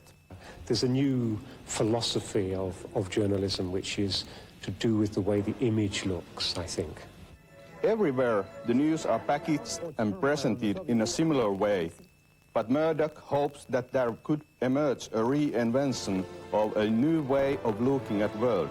And I would hope there would still be some differences and some real choice in the kind of analysis that is offered and the kinds of angles which are taken on events. Graham Murdoch admits that the news bulletins cannot cover everything, and he underlines the need for all kinds of programming to present good backup information. When the new board of directors started their period in the YLE in January, one of the main tasks they imposed the broadcasting company was to offer people access to the information on the changes in Europe in a way that helps ordinary citizens in their lives. That is, of course, what the news are for, but the new situation might offer us also new kinds of angles and even topics. The skies are more and more open for the information. What will the future trends look like? Will there be more similarities of images or more alternatives? I am Christian Oberg from YLE News, Finland, reporting for CNN World Report. According to an ancient legend, after a great flood destroyed humanity, Konya in south-central Turkey was the first city to rise from the deluge. Konya is one of the oldest urban centers in the world, where a Muslim mystic founded the religious order known in the West as the Whirling Dervishes. This report is from Bayrak Television of the Turkish Republic of Northern Cyprus, which is recognized by only one country in the world, Turkey. Come, come again, whatever you are, whether you be an infidel or a fire worshipper, or an idolater, or even if you are one who has violated his vow of repentance 100 times. This is no door of desperation. Come as you are.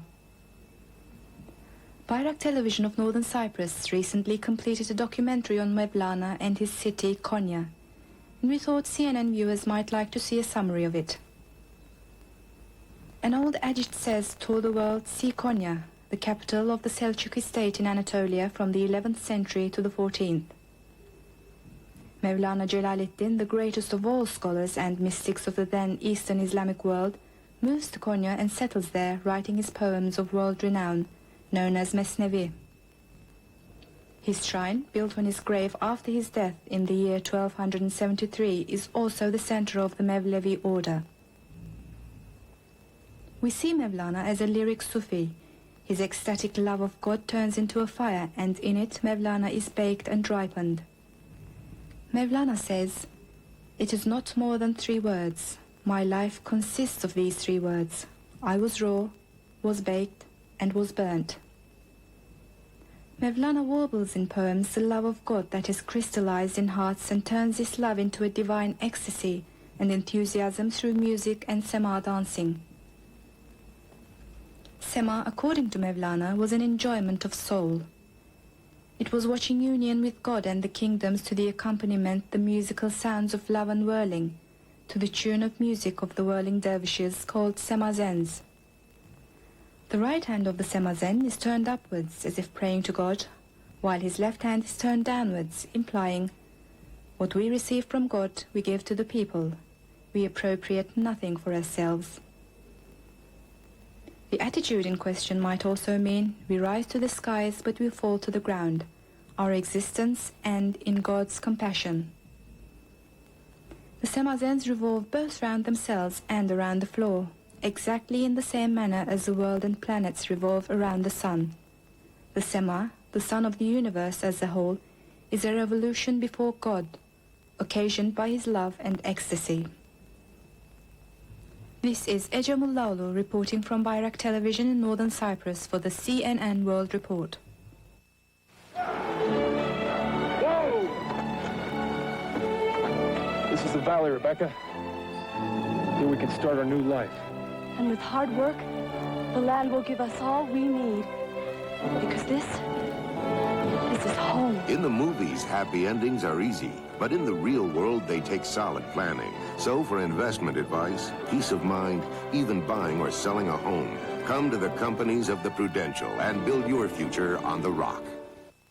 Those April showers. Dinner with Amanda. You remember that?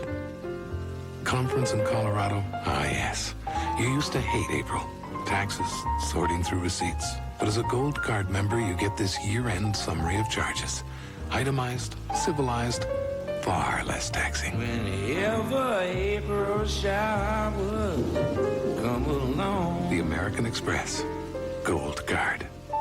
You can send beautiful flowers anytime, anywhere to anyone by calling one phone number. All you need is a major credit card and a telephone. Then call toll-free 1-800-FLOWERS. There's someone who'd just love to receive flowers from you. Just pick up the phone and call 1-800-FLOWERS. The flowers will be delivered by a local florist with a written guarantee of freshness and beauty. Anytime, anywhere, send beautiful flowers by simply calling 1-800-FLOWERS.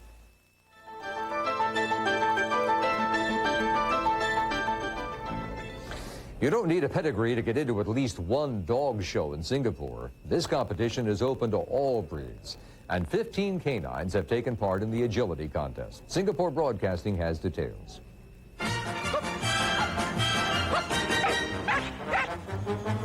Competition's hot and the dogs are training hard. The owners have to be just as fit if they are to keep up with their pets. And the dog that wants to be tops must be skillful, speedy, and have that something extra. For the dog that, while it's under control, is working happily, obeying the handler and going where the handler wants it to go, brightly, tail wagging. And to keep that tail wagging, the dogs need encouragement all the way. Also, to be fair, the smaller dogs have lower and easier obstacles. And each one tests something different. A good sense of balance and clear thinking at high levels.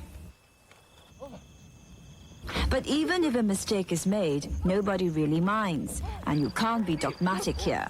So for all dog owners, a useful tip. You must train the dog mainly with love and affection so that it works happily.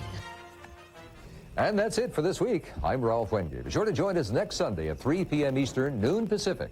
That's 2000 GMT for our international viewers for another global newscast. And don't forget, Monday through Friday at 3:30 p.m. Eastern, watch the daily version of CNN World Report.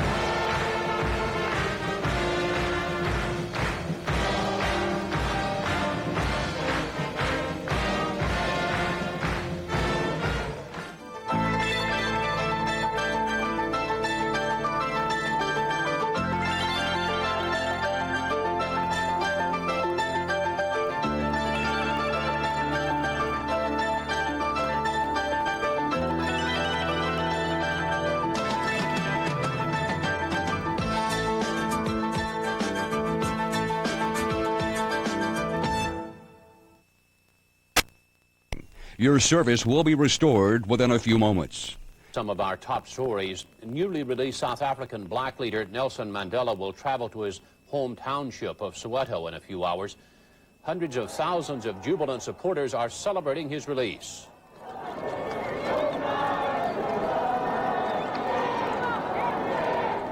But in Cape Town, some of those celebrations turned violent. At least one person was shot to death when police opened fire on a crowd that was looting and throwing bottles. Secretary of State James Baker is in Canada for a morning meeting with NATO and Warsaw Pact ministers. They'll talk about President Bush's Open Skies proposal. It gives Warsaw Pact and NATO planes the right to fly reconnaissance missions over one another's military installations. Baker flew to Canada from Romania, where he offered U.S. aid in exchange for democratic reforms. That's a brief look at some of our top stories. I'm Dave Walker at CNN Center in Atlanta.